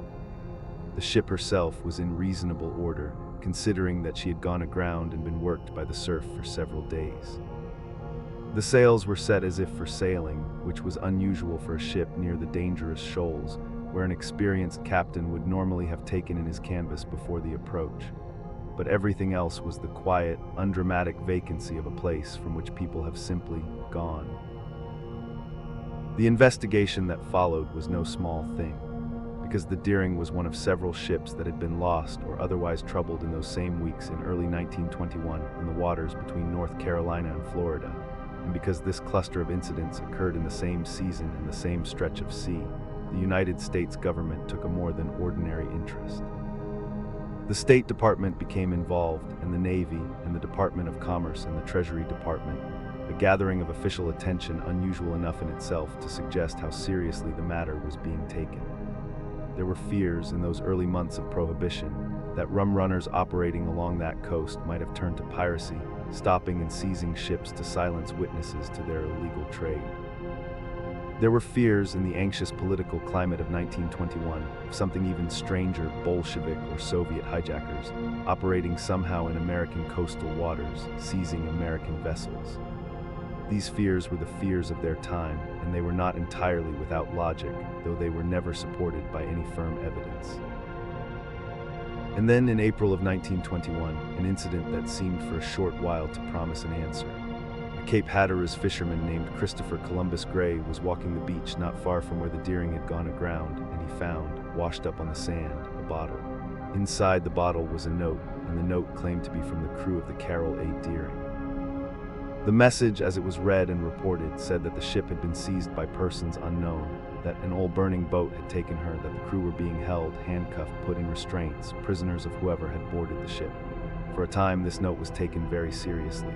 It seemed to offer confirmation of the piracy theory, proof that the crew had been captured rather than drowned. The State Department and other investigators gave it careful attention. But handwriting analysis and chemical testing of the paper and ink were eventually performed, and the investigators concluded with little room for doubt that the bottle note was almost certainly a hoax, a fabrication, probably the work of Christopher Columbus Gray himself or someone near him, intended perhaps to gain attention or reward money, or simply the local celebrity of being the man who had solved the mystery of the ghost ship. The note was set aside. The brief, bright promise of an answer faded back into the gray of the unsolved case. The official investigation wound down in 1922 with no solution reached and no charges filed. The fate of Captain William B. Wormel and his crew of 10 to 12 men has never been known. No bodies were ever recovered. No survivors were ever found. No conclusive evidence of what happened, storm, mutiny, piracy, accident, some encounter with other vessels in the dark, was ever produced. The case was simply, quietly closed without a resolution, the way an account is closed that cannot be balanced, not because the figures are wrong, but because some of them are simply missing. There are the theories, and we can lay them out now, softly, like cards spread face up on a table in a quiet room, not to argue for any one of them, only to let the mind turn them over gently on its way to sleep. The mutiny theory holds that some of the crew, already unhappy and perhaps made more so by whatever friction had developed in Barbados, turned against Captain Wormel sometime after the passage of the Cape Lookout lightship, seized the ship, and then abandoned her for reasons unknown, perhaps fearing the consequences of what they had done, perhaps encountering trouble of their own out on the water. The piracy theory holds that the Deering was boarded by rum runners or other criminal parties somewhere along the coast, the crew removed by force or killed, the valuable cargo taken, though what cargo a coal schooner returning empty from a southern voyage would have had worth taking, beyond the ship herself, is a question the theory does not answer well. The abandonment theory holds simply that the missing anchors and damaged steering gear together left the Deering unmanageable in heavy weather, and that Captain Wormel, facing the danger of the shoals with a ship he could neither steer properly nor anchor, ordered the crew into the lifeboats, a rational decision in a desperate moment, and that the lifeboats then foundered in the rough seas of the winter Atlantic, taking everyone aboard. This is perhaps the least dramatic of the theories, but it has the virtue of requiring no villains and no special circumstances, only the ordinary violence of a winter sea and the ordinary helplessness of small boats in it. Each theory fits some of the facts, none of them fits all. What we are left with in the end is the white ship herself, leaning on the sand off Cape Hatteras in the gray light of that January morning, keeping whatever she knows in the way that ships and seas and lost things keep their knowledge, thoroughly, generously, and in perfect silence. She did not last long, the Carroll A. Deering.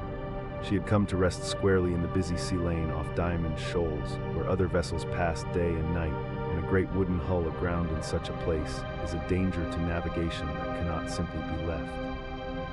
And so in the end, the men whose work it was to keep the sea roads safe took her apart. They dynamited her where she lay in the summer of 1921, broke the beautiful 5-masted body of her into timber and let the surf carry it away, board by board, down the long gray beach. She had stood in the shallows for months, a landmark, a conversation, a question no one could answer, and then she was gone, and the question remained without even the ship to stand in for it. For years afterward, they say, pieces of her washed up along the outer banks, weathered gray planks lying half buried in the sand where the children of the islands would find them, and no one quite needed to be told where they had come from. The Carroll A. Deering became part of the beach. In the end, the way so much becomes part of that beach, quietly, without ceremony, given back to the place that the sailors themselves were given to.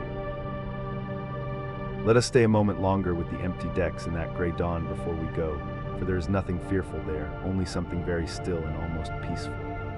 Picture the ship as she was in those first days, before anyone could reach her, sitting upright on the sand, her 5 tall masts leaning gently with the swell, the great pale sails luffing and snapping softly in the wind, filling and falling and filling again with no one to trim them. The seabirds come to rest along her rails and her spars, the gulls in the terns, folding their wings, riding the slow motion of the grounded hull as if it were only another rock in the sea. Below, the galley stove goes cold by slow degrees, the warmth of the last fire fading hour by hour out of the iron until the kitchen is as cool as the gray air outside. The food waits on the worktop and is not eaten. The bunks wait and are not slept in. The log, that long handwritten ledger in which the captain recorded each day's position, the wind and weather, the miles made good toward home, is gone, taken away in someone's hands, and in its absence the voyage has no ending. All the days of the outward passage, all the long warm weeks in the south, the Brazilian port, the island of Barbados, the slow turn northward into the winter, all of it was written down day by day in that missing book, and now the book is somewhere at the bottom of the Atlantic, if it exists at all anymore, and the days it described are only the days in the memory of the sea, which remembers everything and tells nothing. And all the while the patient waves come in and draw back, working at the sand beneath her. In the oldest rhythm there is the rhythm, perhaps, that is rocking you now, gentle, and even in asking nothing. The long, slow breathing of the sea that has carried sleepers down into rest since long before there were any ships at all. It is a tender thing in the end, and not a frightening one, a beautiful white ship, found one cold morning leaning on a sandbar with her supper half made, and her people gone quietly out across the water, never to come back. Captain Wormel and his crew of 10 or 11 working men who had sailed down to Brazil and back and were almost home. They are somewhere in the gray Atlantic now, and have been for more than 100 winters, and the sea has kept them with the same patient silence it keeps everything it takes. The ocean is very large and the answers are very small, and some questions are simply, honestly not answerable, and this is one of them, and there is a kind of rest in that, a permission to let the question go, to set it down entirely and feel no guilt at all, for there is nothing more anyone could do with it, and there never was. The federal investigation found nothing. The bottle with the note was a hoax. The crew never came to shore. The theory that explains every detail has never been written, not in 1922, and not in any year since.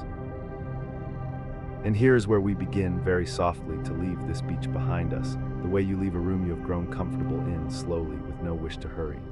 For you may have begun to notice something, as we have wandered through these many quiet hours, that each of these stories on its own is a small and ordinary sadness. A flight of planes lost in the haze, a great ship swallowed in a storm, a schooner found empty on the sand off Hatteras.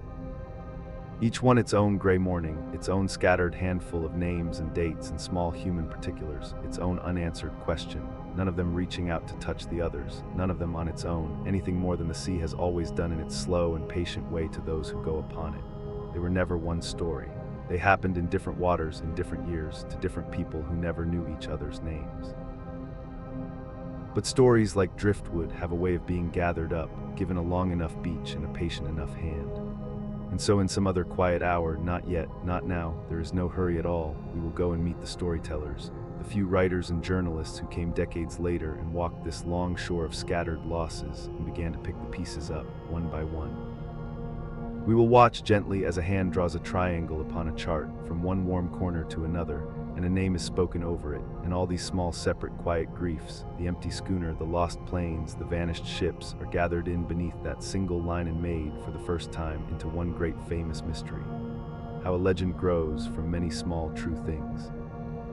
But that is for later, when you may already be far asleep, and it will keep, the way all of this keeps, until you are ready. For now there is only the gray beach, and the patient surf, and the white sails settling on the wind, and nothing at all that you need to carry with you down into the dark. Sleep well. Picture a warm room with the lamps lit and a typewriter sitting on a desk, and a person bent over a stack of old newspaper clippings, working quietly at the business of making meaning. Not the gray water now, not the missing ships. We have come inland into the gentlest kind of room, the room of a writer, someone who sat down with a curious mind and a pile of cuttings and asked simply, what does all of this add up to? There is nothing here that will alarm you. Pull the blanket a little higher. Let your breathing slow. We are going to watch a legend be built slowly by many patient hands across a quarter of a century, and then we are going to watch just as slowly as one careful person began to take it apart. It is a story about stories, and that perhaps is the softest story of all. Because here is the thing that so often goes unsaid, the fact that sits quietly at the center of the whole long mystery. The Bermuda Triangle, as a single named and bounded thing, as the famous shape with the famous name that entered the imagination of the whole world, is surprisingly young. It is not an old sailor's warning passed down through the centuries. It is not something Columbus wrote in his log, and it is not something that appears in the charts of the Royal Navy, and it is not something your great-grandmother's grandmother would have known to fear. It was assembled, pieced together, given its outline and its name and its growing catalog of wonders by a handful of writers working in the middle decades of the 20th century. Writers who were doing, as writers do, what the human mind most naturally reaches for when it finds a handful of scattered, sorrowful, unexplained things. They were reaching for the thread. They were asking if the beads could be strung onto a single line. They were, in the oldest and most forgivable way imaginable, making a pattern in the dark and giving it a name so they could say it aloud. Before any of that, there were only the separate losses, each one known on its own, each one mourned on its own, reported in its own small column of newsprint, and filed away in its own government drawer, and kept in the hearts of its own grieving families. A Navy flight that went out one December afternoon in 1945 and never came home. A great gray patrol vessel that sailed quietly into the night in 1918 and simply was not there in the morning. An old brigantine found rocking on a smooth sea with her crew gone and her cargo untouched, still making her way across the Atlantic under full sail, as if the hands that had set her course had simply stepped through some door in the air and pulled it shut behind them. These stories had nothing in common except the ocean and the mystery, and the ocean is very large and mystery is not rare. They were not yet a single thing. They were separate things, scattered across decades and miles, with no name to bind them. The binding began very quietly in the autumn of 1950. A journalist named Edward Van Winkle Jones, and that is a lovely name, a name that sounds as if it belongs to a story with its 3 long and rolling syllables, was writing a short piece for the Associated Press. He was doing what journalists do, which is to notice, and he had noticed something. A number of ships and planes had gone missing over the years in the waters between Florida and Bermuda. Not one or two, not the ordinary arithmetic of a dangerous sea, but enough to make a person sit for a moment and stare at the ceiling and think. And so he gathered them, a few cases, placed side by side on the page, with their dates and their losses noted carefully. He did not draw a shape, he did not coin a phrase. He only observed with the quiet precision of a reporter that the losses seemed to cluster in one stretch of warm blue water, and that this was, perhaps, worth remarking on. The article was short, it ran in papers across the country and was then forgotten, as most things are. But the first gathering had happened.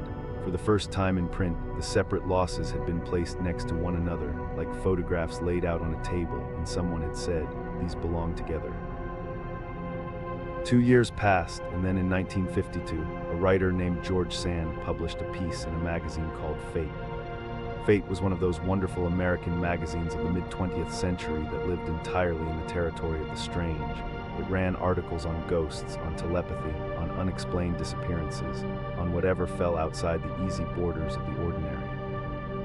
Its readers were people who had always suspected that the world was a stranger and more layered place than the dailiness of it suggested, and Fate was happy to confirm their suspicions in every issue.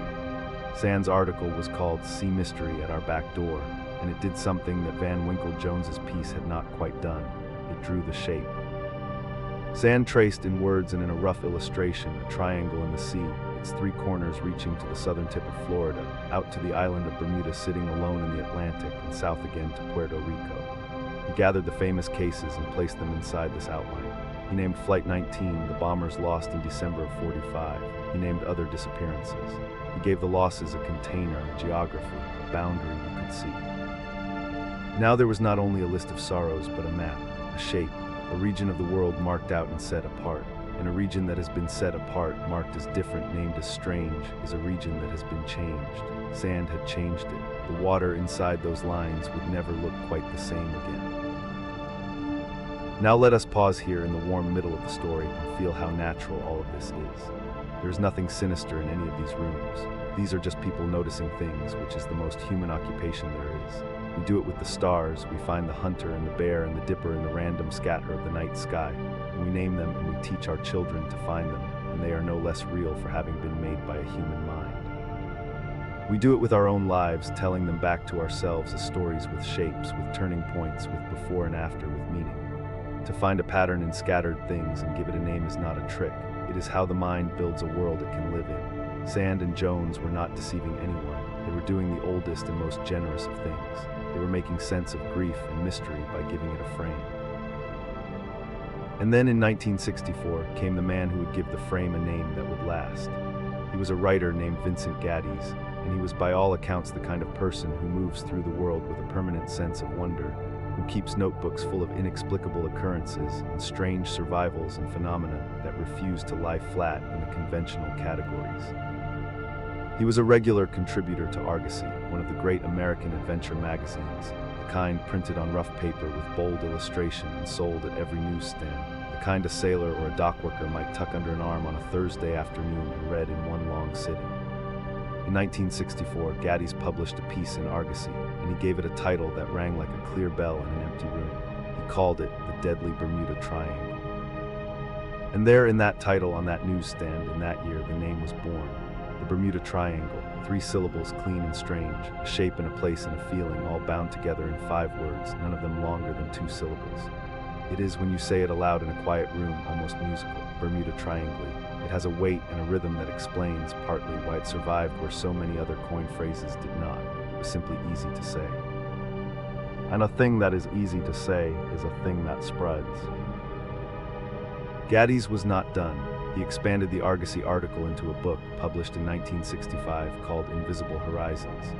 He had built on what Sand had built, which had built on what Jones had built, adding more cases, more detail, more of that genuine and infectious sense that here in this patch of warm sea, the ordinary laws of the world seemed to grow porous and strange.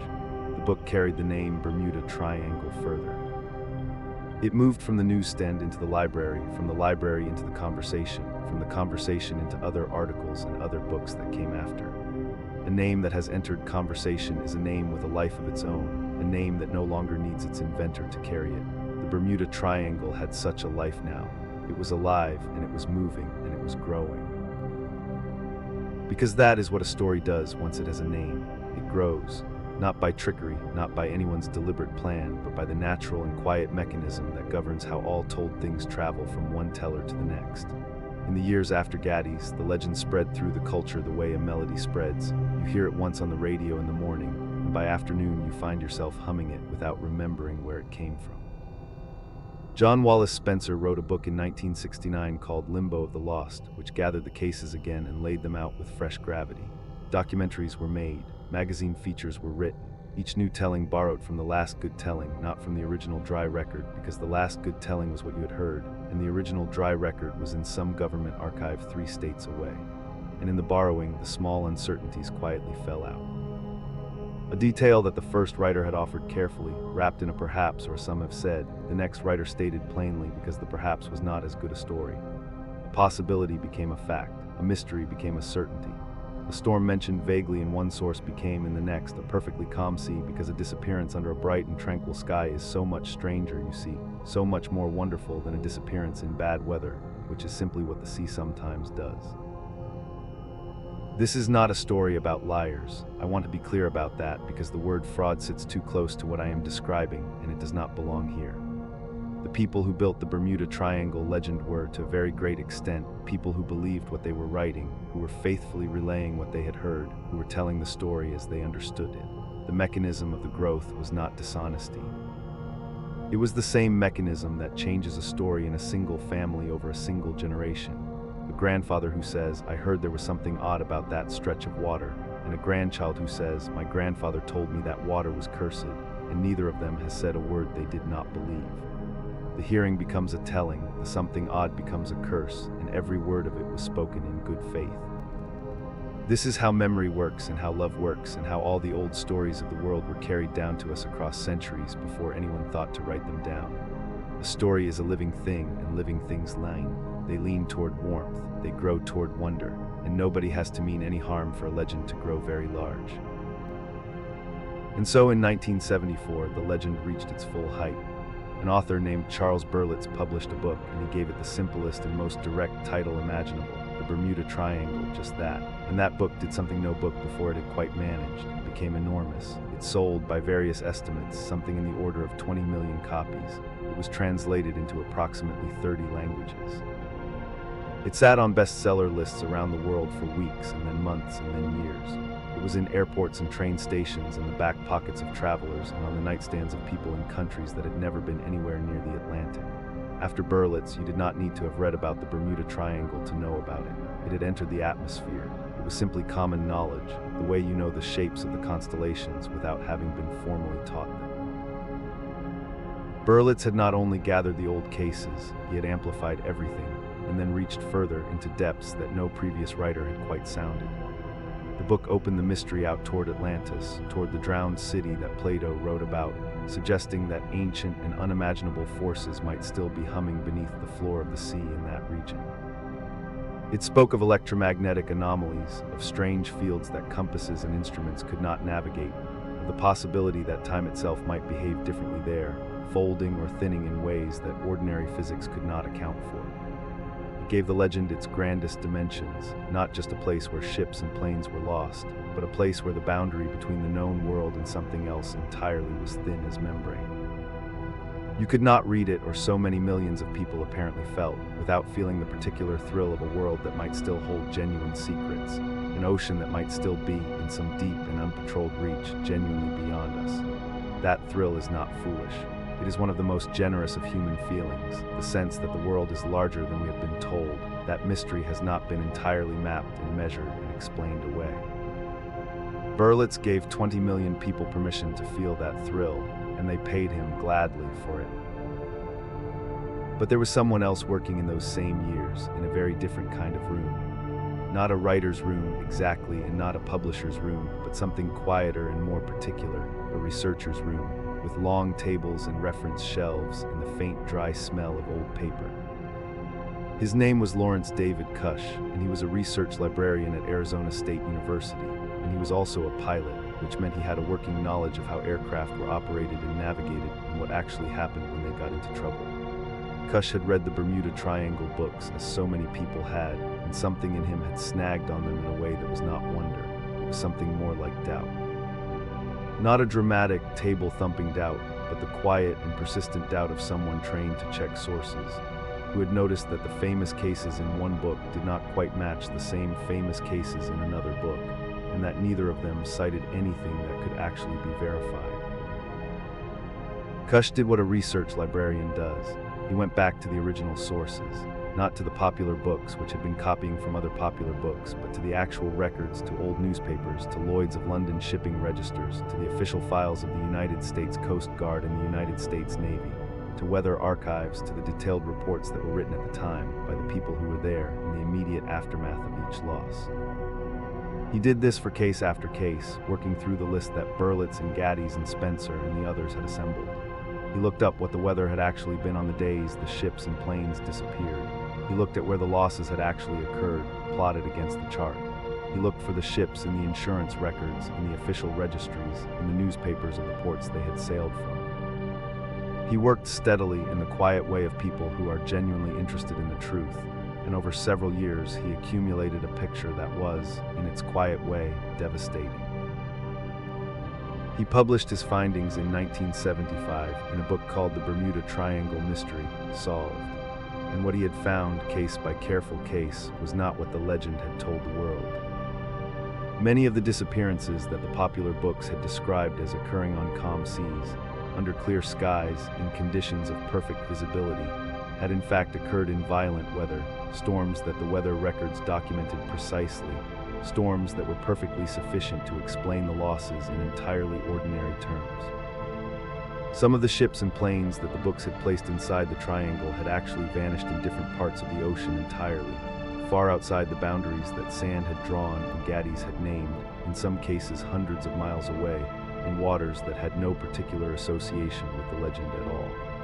The books had moved them inside the lines, and no one had checked. Some of the cases that appeared in Berlitz and Spencer, and the others had been borrowed from each other at such remove from any primary source that the details had drifted considerably. Dates shifted, names changed, circumstances that had been uncertain in one book had become definite in the next. The way a photocopy of a photocopy of a photocopy grows a little further from the original with each generation. And there was at least one case Cush found, in which, as far as he could determine from any available record, the ship in question had simply never existed at all. It had been born apparently as an error, a misread name, a confused entry, a vessel conjured from a slip of the pen and then copied faithfully from book to book and presented to millions of readers as one of the Triangle's genuine victims. A ghost ship in both senses, lost at sea and never real to begin with. Cush's conclusion, stated with the flat and undecorated calm of a librarian who has checked his sources, was that the Bermuda Triangle was, in his phrase, a manufactured mystery.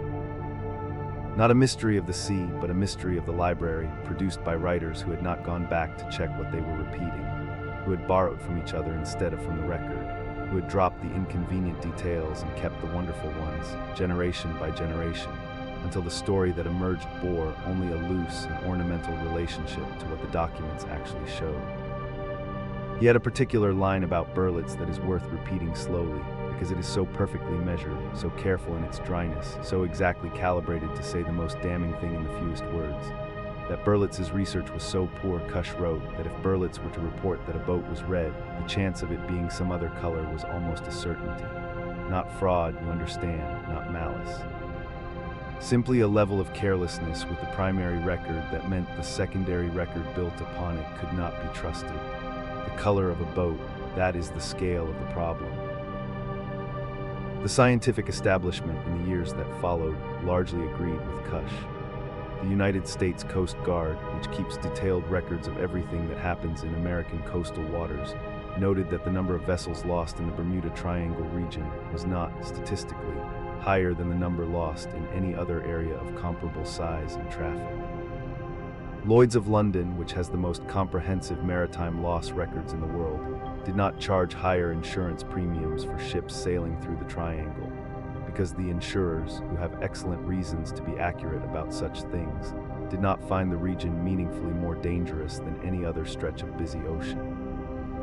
The ocean in that region is, in fact, genuinely hazardous. The weather is unpredictable, the Gulf Stream is powerful, the water is deep and the currents are complex, and a great deal of sea traffic passes through it. Ships and planes do go missing there, as they go missing everywhere that ships and planes operate in large numbers, but missing in the ordinary proportions of a busy and sometimes violent sea. And yet, and here's the thread worth holding gently as you drift, the Cush book, as thorough and careful as it was, did not kill the legend. The Bermuda Triangle did not disappear from the culture in 1975. It is still here. It is still, tonight, lying somewhere in the back of the cultural mind, still carrying its weather of strangeness, still capable of making the back of the neck prickle faintly when someone mentions it at the right hour. The legend survived the debunking because it was never really about ships and planes, not at the deepest level. It was about the feeling that the world is larger than we know, that the ocean keeps secrets it has not yet consented to share, that there are places where the familiar laws grow loose and the unexpected is genuinely possible. That feeling does not require the cases to be accurate. It requires only that we hold the door open, just a crack, on the possibility that the world is strange. And most of us, given the choice, would rather hold the door open. Let us be tender, then, with everyone in this long story, with Edward Van Winkle Jones, who is only doing what a good reporter does, noticing a pattern and putting it into print for the first time in the autumn of 1950, with no way of knowing what he had set in motion. With George Sand, who drew the triangle's rough outline in 1952 and gave the mystery its geography. With Vincent Gaddis, who christened it in 1964 with a name so clean and musical that it has rung in the culture ever since, and who later grew his magazine piece into a book with the lovely and evocative title Invisible Horizons. With John Wallace Spencer, who in 1969 added his own gathering to the pile. With Charles Berlitz, who had the gift, and it is a gift, not a deception, of making wonder feel enormous and close, who took the legend to 20 million readers in 30 languages and made them feel, for the length of a paperback, that the world was still impossibly strange and beautiful. And with Lawrence David Cush, who loved accuracy the way the others loved wonder, and who spent years going back to the dry and careful records, the Lloyd's registers, the Coast Guard files, the weather archives, and checking, line by line, what the documents actually said. He was not the enemy of the story. He was a different kind of keeper of it. Because what both sides of this long chapter are really about, the builders and the checkers, the Berlitz side and the Cush side, is the same deep and very human thing. The builders looked at a handful of scattered losses and they wanted them to mean something, wanted there to be a shape underneath the sorrow, a reason for the vanishings, something large and coherent where there had only been separate grief. The checkers looked at the same losses and they wanted the record to be honest, wanted the facts to be accurate, wanted the grief to be respected in its true proportions rather than inflated into something the record would not support. Both of these are forms of love. Both of them are ways of trying to take care of the people who were lost and the families who survived them. The argument between them is not a simple argument between truth and fiction. It is an argument about which kind of faithfulness matters most, faithfulness to the record or faithfulness to the feeling. And that argument, which is in some form the argument at the center of all of history, has never quite been settled and probably never will be. The legend grew the way all legends grow, by the warmth of human attention, by the natural and forgivable line toward wonder, by the mechanism of retelling that quietly drops the uncertain and keeps the thrilling, generation after generation, until a story stands up on its own and walks out into the world under its own name. It was assembled in rooms like the one we have been visiting tonight, warm rooms, lamplit rooms, rooms with typewriters and clippings and the faint smell of old paper, rooms full of people who were genuinely curious about the world and wanted to share what they found. No one built it in darkness or malice. It was built the way all things are built that outlast their builders, slowly, by many hands, each one passing the story along to the next and trusting it to carry something true. And you lying here now in your own warm room, your own circle of quiet, you are the last room in that long chain of rooms. The story has passed through all those hands and arrived here in the dark, told softly without urgency, for no other purpose than to give you something gentle to float on as the night deepens and your thoughts grow loose and the edges of things soften. There is nothing you need to hold on to. There is nothing you need to remember. Let the names settle where they will, Jones and Sand and Gaddies and Spencer and Berlitz and Cush. Let them drift if they want to drift. The shape of the story will stay with you even when the names are gone, the way a tune stays after the words have faded, a gentle pattern of rise and fall carried somewhere past the reach of thought, somewhere in the body, somewhere in the quiet. The legend is built, the researcher has done his careful work. The Lloyd's registers are closed for the night, the Coast Guard files are back in their drawers, the old newspapers are folded again and set aside. All the lamplit rooms have gone dark, one by one, as the writers set down their pencils and pushed back from their desks and said, "Enough for tonight." The typewriter is still, the clippings are in their pile. The sea is somewhere out there, very far away now, doing what the sea does, being wide, impatient, and entirely indifferent to the stories we tell about it. In a little while we will go together to the last quiet room of this long night, the room where the official records are kept, where the Coast Guard logs lie stacked in their gray folders, where the numbers are written in columns and the weather is noted and the losses are counted honestly against the size of the traffic that passes through. It is not a frightening room. It is a plain and steady room, the kind that has the particular comfort of things that have been accurately measured. We will sit there soon and let the figures be what they are, and let the sea be the size it actually is. But that is still a little way ahead, and there is no hurry at all to reach it. For now you can simply be here, in the warm and quiet center of the story, breathing slow, letting the words go thin at the edges, letting the image of all those lamplit rooms drift and dissolve into the dark like smoke from a candle that has just been softly blown out. The legend grew, the legend was examined, the sea goes on. Sleep well. We leave the warm rooms of the storytellers now, and we go to find some other, quieter people, the ones who, while the legend grew and grew, simply sat down with the actual records and began patiently to count. There is nothing here that needs to worry you. This is the gentlest part of the whole long journey, the part where everything that seems strange is set softly down, one piece at a time, until all that is left is warm water and wide sky, and the most ordinary and comforting of truths. Let the words come slowly, at whatever pace the night allows, and let yourself drift down, gently, towards sleep. And in the end, when the records are opened and the numbers are counted, the warm sea turns out to be only a sea after all. Picture, if you like, a small room somewhere in the middle of the 1970s, when the legend of the Triangle was at its loudest. A quiet man sitting at a library table with a stack of old papers and a reading lamp. His name is Lawrence David Cush, a research librarian at Arizona State University, and in the years when every bookshop window held another breathless paperback about ships swallowed whole and planes erased from the sky, Larry did a very simple, very steady thing. He decided to go back and look, not to argue, not to frighten, not to thrill, only to look. He gathered the famous stories one by one, and beside each one he laid the actual records. The original newspaper accounts from the very week each incident occurred, the weather service files, the Lloyd's shipping registers, the official reports filed by the Coast Guard and the Navy, the findings of the people who had actually been there and actually searched. And then, with a patience that is itself a kind of lullaby, he began to read. It is a quiet kind of work, the work that Larry did, and there is something in it that is restful just to imagine.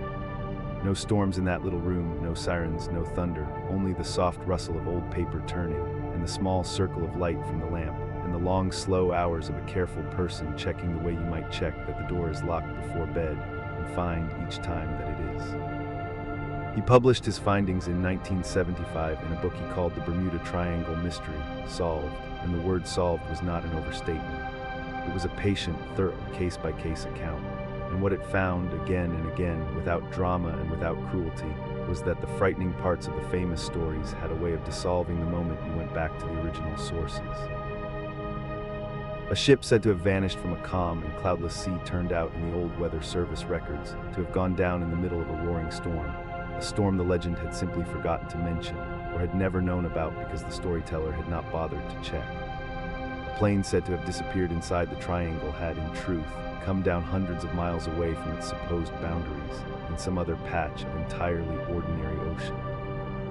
A disappearance described as unexplained had been carefully and satisfactorily explained at the time, in official documents by experienced investigators, in plain and reasonable language that the later tellers had quietly left out. And a few of the stories, when Larry went looking for any source at all, had no primary record behind them whatsoever. They appeared to be tales grown from other tales, or events whose details had drifted so far from any documented fact that they could no longer be checked against anything solid. Case after case after case, the pattern was the same. The strangeness evaporated when you held it up to the light of the original evidence. Not because the sea was safe, not because nothing had happened, ships had been lost, planes had gone down, people had died, and those losses were real and terrible in their own right. But the mystery was not in the losses. The mystery was in the retelling. Something had been added in the passing of the stories from hand to hand, something that was not in the original record. The danger had been moved, the weather had been erased, the distance had been adjusted, the explanation had been left out. And when you put all of those small adjustments back, case by careful case, the extraordinary pattern disappeared and left behind only the ordinary sadness of a sea that is large and sometimes violent and very, very deep. You can let that settle into you now, soft and warm. Someone went and checked. Someone sat in a quiet room with a reading lamp and turned every page, and at the end of all of it, there was nothing waiting in the dark. And Larry Cush was not the only one counting. Far across the water, in the grey and ancient city of London, there is an institution with a history as long as the age of sail itself.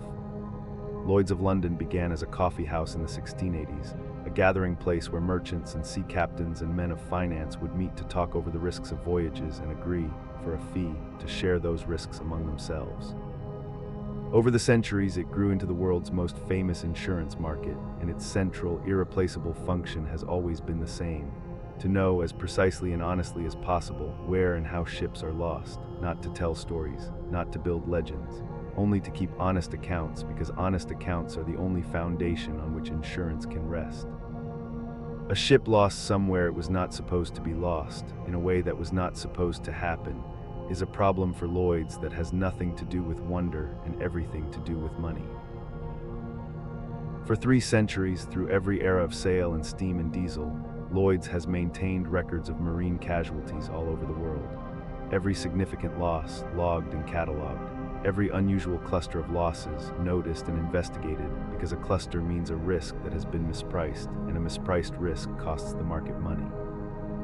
The people of Lloyd's have a very strong financial incentive to find danger wherever danger truly exists, and they have the records to find it if it is there. And when the question of the Bermuda Triangle was put to Lloyd's, when someone finally thought to ask the oldest and most careful keeper of maritime risk on Earth whether that warm patch of the Atlantic was truly more dangerous than other seas, the answer they gave was the most soothing answer imaginable. No. By the long and patient arithmetic of their own ledgers, accumulated over lifetimes and generations, the Bermuda Triangle region showed no statistically unusual rate of losses. Ships crossed it in the proportion you would expect of any heavily traveled sea. They were lost upon it in the proportion you would expect of any busy ocean. There was no anomaly in the numbers. There was nothing that stood out. There was nothing that required explanation beyond the ordinary, sufficient, well-understood causes that any stretch of open water in a region prone to tropical weather will always produce. And here is the surest sign of all, the quietest and most convincing. Lloyd's did not charge a single penny more to insure a ship for a voyage through the Triangle. Not one coin. Think about what that means as you lie there in the dark. The people whose entire profession and livelihood depend on the accurate pricing of danger, the most careful, most historically informed risk assessors in the history of seafaring, looked at the most famous dangerous sea in the world, looked at their centuries of records and shrugged and asked the ordinary price. To them it was simply more sea. You may let it be simply more sea to you as well. There is a deep and real comfort in that when you let it reach you. These are not dreamers. These are not people with a story to tell or a book to sell. These are the institutional descendants of the men who sat in a London coffee house 350 years ago and staked their own money on their own assessment of the truth. If there had been anything genuinely anomalous about that patch of the Atlantic, if the losses had run even a little higher than the expected rate for comparable waters. It would have shown up in their ledgers as a financial problem, and they would have raised the price the way they raised the price for any true and documented danger. But the price never rose. The ledger stayed calm. The most financially motivated truth seekers in the long history of the sea looked at the most frightening sea in popular culture and found, simply, nothing there to charge extra for. Let that lower over you like a quiet hand. The people whose business is worry did not worry. There is a third voice in this gentle accounting, and it may be the most direct of all, the voice of the United States Coast Guard. The men and women of the Coast Guard know that triangle of water as no storyteller ever could, because they work it. They cross it in every season and every weather. They are the ones who go out when the distress call comes, who search the surface when a vessel is reported overdue, who file the reports and keep the case files and make the final determinations about what happened and why. They do not have a mythology to protect, they have a job to do. The Coast Guard has addressed the Bermuda Triangle question explicitly, more than once, in formal statements, and what they say is plain and consistent. The number of losses in that region is not disproportionate to its traffic. It is not unusual by any statistical measure. They find no evidence of any extraordinary or unexplained cause. And when they list the ordinary, sufficient, well-understood causes that account for the losses they do find, the list is the same every time, and it is not mysterious. It is geography and physics and the behavior of weather and the simple arithmetic of very busy water. Let us go through those causes slowly, the way you might turn the pages of a book you know well, each one familiar and unhurried. This is one of the busiest patches of sea and sky on the face of the earth.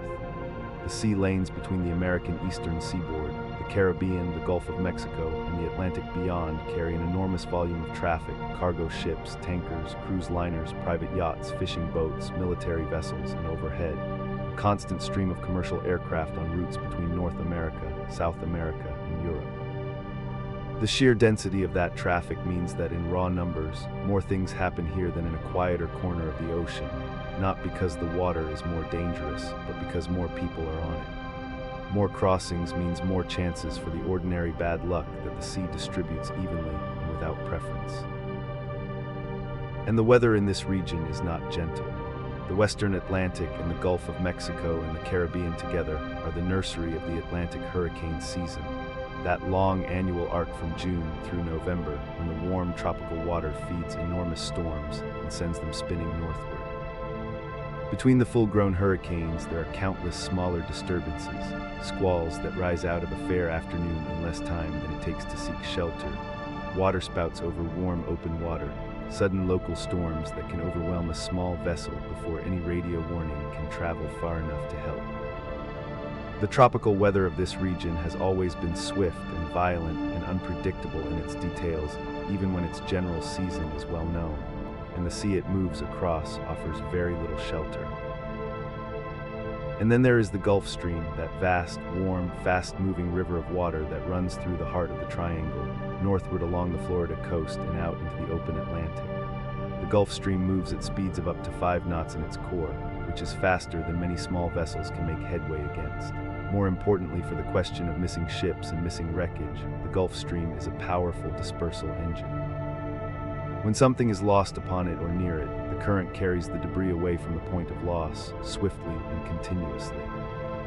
A search party arriving at the last known position of a vessel, even a day after its loss, may find nothing, not because there was nothing to find, but because the Gulf Stream has already carried everything away from where the searchers are looking. This has caused real searches to fail to find real wreckage in real cases, which has fed the impression of mysterious vanishings, but the mechanism is not mysterious. It is a fast river in the ocean, and it has been mapped and measured and understood for centuries. And beneath the Gulf Stream and the surface sea, the ocean floor in this region is not uniform and shallow. The Puerto Rico Trench, which lies along the northern edge of the Caribbean, is the deepest point in the entire Atlantic Ocean, nearly 28,000 feet at its maximum depth, more than 5 miles down, in a place where the ocean floor plunges away into an abyss that was unreachable by any human technology until very recently. A ship or aircraft that goes down in deep water simply disappears, not because anything took it, not because any force is at work, but because 28,000 feet of cold, dark ocean is a very effective place to keep a secret, and the sea keeps all of its secrets equally, everywhere, not only in the places we have chosen to call mysterious. All of these things together, the traffic, the weather, the current, the depth, the simple distance from shore that makes rescue and recovery difficult, are enough, more than enough, to account for every loss that has ever been attributed to the Triangle. And the Coast Guard, which knows all of these factors intimately and by long professional experience, says so plainly. There is one more thread to pull, and it is the most quietly reassuring of all. In the modern era, with the full apparatus of global maritime and aviation monitoring in place, satellite tracking of vessels, transponders on aircraft, GPS precise to within meters, radar coverage of most of the region, constant radio contact, the famous disappearances have essentially stopped. Since the 1970s and 1980s, as these technologies became universal, the strange losses that once seemed to happen with such frightening frequency have faded away almost entirely. When something does go wrong in that region today, it is found. The search is faster, the recovery more complete, the explanation more readily available. This is exactly what you would expect if the cause had always been navigation, and weather and mechanical failure rather than anything stranger. When human beings got better tools for navigating and communicating and tracking, the losses dropped to the level you would expect from any heavily traveled and occasionally storm-swept stretch of ocean. The technologies did not defeat a mystery. They removed the conditions that had created the appearance of one. The darkness that the mystery required was not supernatural darkness. It was only the ordinary darkness of the mid-20th century, when radios were less reliable and tracking was less precise and the ocean was still a genuinely harder place to be found if something went wrong. Turn on enough lights and the shadows go away. They always do. And so let us go back softly, just for a little while, and gather up the things we have carried through all these long, quiet hours, and lay each one of them gently down to rest. We will do it the way one tidies a room before sleep, turning off the lamps one by one. There was Flight 19, those young men in their Avenger torpedo bombers who turned east into the late afternoon of December the 5th, 1945, when they should have turned west toward the Florida coast. Their instructor, Lieutenant Charles Taylor, became confused about his position, mistook the Florida Keys for the Bahamas, and led his flight further and further out over the open Atlantic as the light failed and the weather thickened and their fuel burned away. The search flying boat that went out to look for them was lost as well, almost certainly to an explosion on board. Mariner aircraft of that era were known to be susceptible to fuel vapor ignition, and witnesses on a merchant ship nearby reported seeing a flare in the sky at the time and place where the Mariner disappeared. No supernatural cause was required. Navigation error, deteriorating weather, failing fuel, and the darkness of an open sea at night were more than sufficient. We can let those men rest now. We can forgive the sea for being only the sea. There was the great collier Cyclops, 942 feet long, loaded with 10,000 tons of dense manganese ore, last seen leaving Barbados in March of 1918 and never heard from again. She carried 309 souls, no distress call, no wreckage found, complete and genuine mystery that has never been fully resolved. But the silence of the Cyclops is not the silence of the inexplicable. It is the silence of a war year when German U-boats were active in the Atlantic, or of a sudden catastrophic structural failure in a ship known to have a problematic engine and an erratic commander, going down faster than any message could be sent, in deep water that has never given back what it keeps. The ocean floor of the Western Atlantic holds many secrets from that era. The Cyclops may rest among them, settled in the dark and the cold, unreachable but not inexplicable. We can lay her down with tenderness and leave her there. There was the schooner Carroll A, found drifting off Diamond Shoals in January of 1921 with her sails set, her anchors ready to drop, the meal laid out in the galley as if the crew had just stepped away and no one aboard. No crew was ever found. No explanation was ever proved, but a ghost ship is not a supernatural ship. It is only a ship whose last hours were not witnessed. A sudden storm, a mutiny, a decision to abandon the vessel for reasons that seemed right at the time, a lifeboat that did not survive where the hull did, any of these could leave behind exactly what was found. The mystery of the Carroll Deering is the mystery of a story that is missing its last chapter, and a missing chapter is not the same as magic. We can let her crew rest wherever the sea has kept them.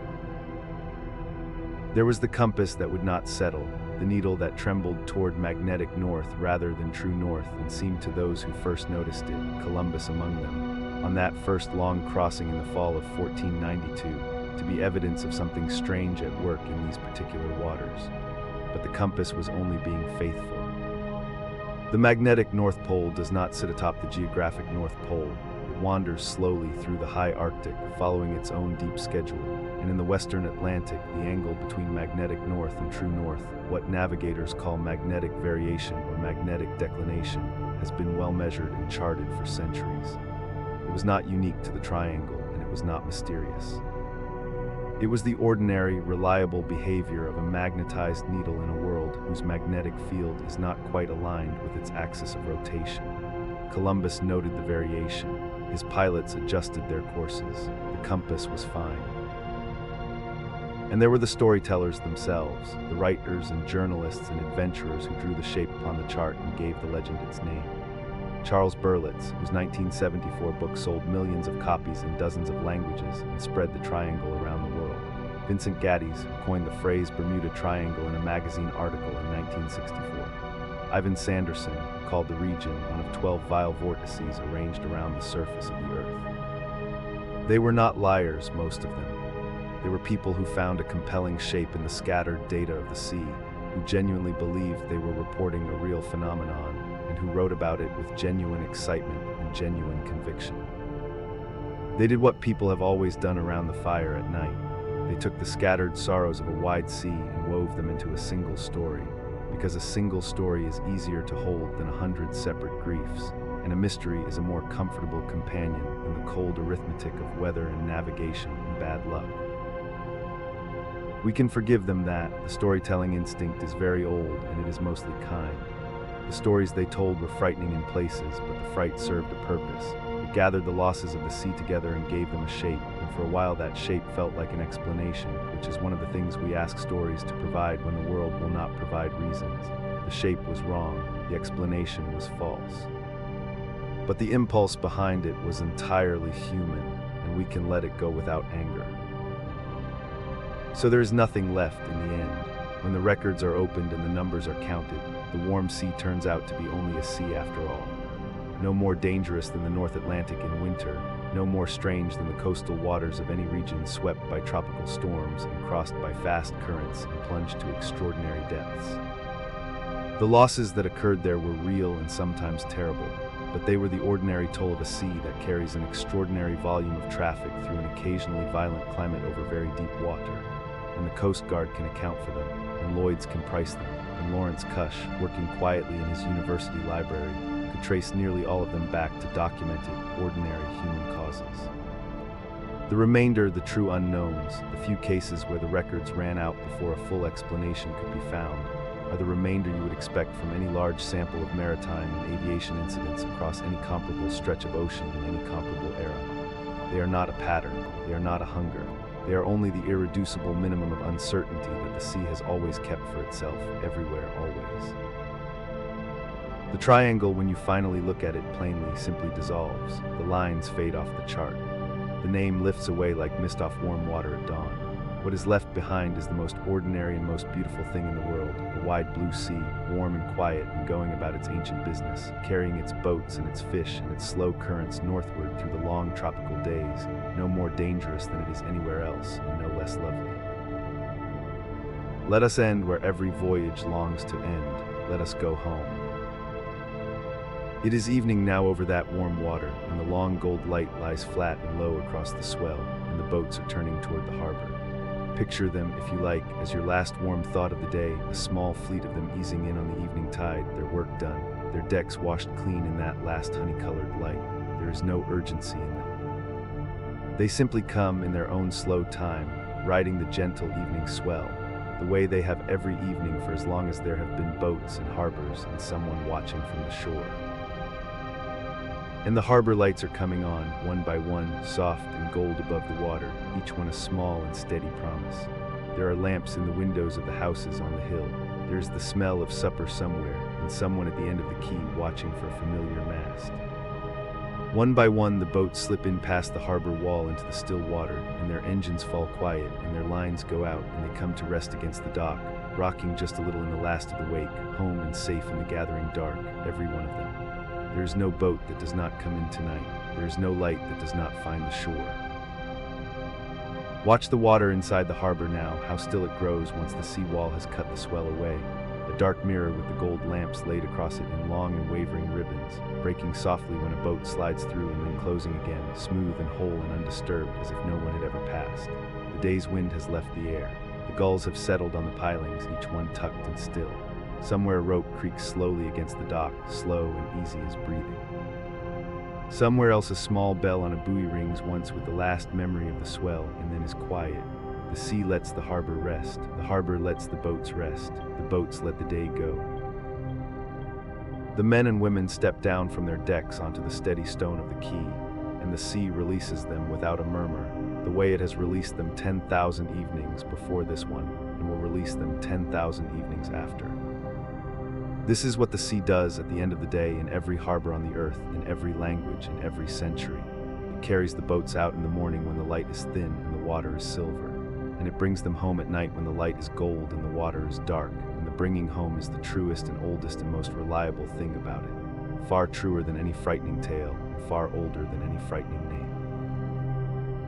And beyond the harbor, the open sea breathes slowly in the dark, the way it has breathed since long before there were people to hear it, a long, low, even rising and falling, patient and unhurried, the same rhythm that was moving under the hulls of Columbus's 3 ships when he crossed this very water 500 years ago, and wrote in his log that the night was like April in Seville, and everything was sheer delight. He was frightened sometimes, yes, the compass and the strange lights and the long weeks of empty horizon. But he also wrote of the beauty, the warmth, the birds overhead, the green floating weed, the sweet air. It was always both things at once. The sea has always been both things at once, wide and dark and patient and sometimes dangerous, and always, underneath all of it, only water, only the sea, only the warm, wide, ancient, ordinary blue. Come back now gently to where you are. You are not on the water at all. You are warm in your bed in the dark, in the quiet of an ordinary night. The sea is far away, and it means you no harm, and it never did. The triangle has no lines around it anymore. The famous names, the Cyclops, the Deering, Flight 19, have said everything they came here to say tonight, and now they are settling slowly into the quiet distance, the way old stories settle when the fire burns low, and the listeners grow heavy, and the night comes all the way in. They are only stories now. Good stories, true stories in their essentials, full of real people and real sea and real weather and real loss, but only stories, told here in the dark to help you feel the weight of the world and then let it go. And you can let it go now. Let the compass needle rest, pointing faithfully at its magnetic north, doing exactly what it has always done and always will. Let the Gulf Stream carry its slow, warm river northward through the dark, as it has for 10,000 years, as it will for 10,000 more. Let the Puerto Rico Trench keep its cold and silent miles of depth, holding whatever the centuries have given it, far below the reach of any light. Let the records rooms of Lloyd's of London close their ledgers for the night, their columns tallied, their assessments made, their ordinariness confirmed. Let the Coast Guard cutter make its slow patrol across the dark water, its instruments humming, its crew steady, no mystery requiring solving, no anomaly detected, only the routine and beautiful quiet of a sea that is exactly as dangerous as any sea and no more. Let the storytellers sleep. Let Lawrence Cush sleep, his work done, his library lamp switched off, his careful pages at rest in their covers. Let the pilots of Flight 19 sleep, wherever the deep ocean has kept them, young men who flew bravely into a bad afternoon and did not come home, who deserved better than to be made into a myth, who were only men in planes in worsening weather, which was enough, which was everything, which was real. Let the crew of the Carroll Deering sleep, wherever the sea has kept them, ordinary sailors whose last hours we will never know, who needed no mystery added to their ending because the ending itself was sufficient. Let them all sleep. And let yourself sleep. We have come a long, long way together tonight. The whole shape of this gentle mystery, from the very first strange report to the patient arithmetic of the record keepers, has passed through this room and out into the dark, and there is nothing left for you to carry. Every question has been answered, or answered as well as the evidence allows, and the ones that remain unanswered are small and human and ordinary, the permanent small residue of uncertainty that the sea keeps everywhere in every ocean for everyone who has ever put out from shore. It is not a threat, it is only honesty, The sea is not fully knowable. It was never meant to be fully knowable, and that is all right. The water is quiet now, the harbor is full, the ledgers are closed, the library lamp is off, the compass points faithfully north, the boats are home. There is nothing out there in the dark to fear. There never was, only the warm sea, breathing slowly under the stars, and the lights of the harbor, steady and gold, and all the boats come safely in. Breathe out. Let the last of the day go with it. You are safe, you are warm, you are almost there. Sleep well.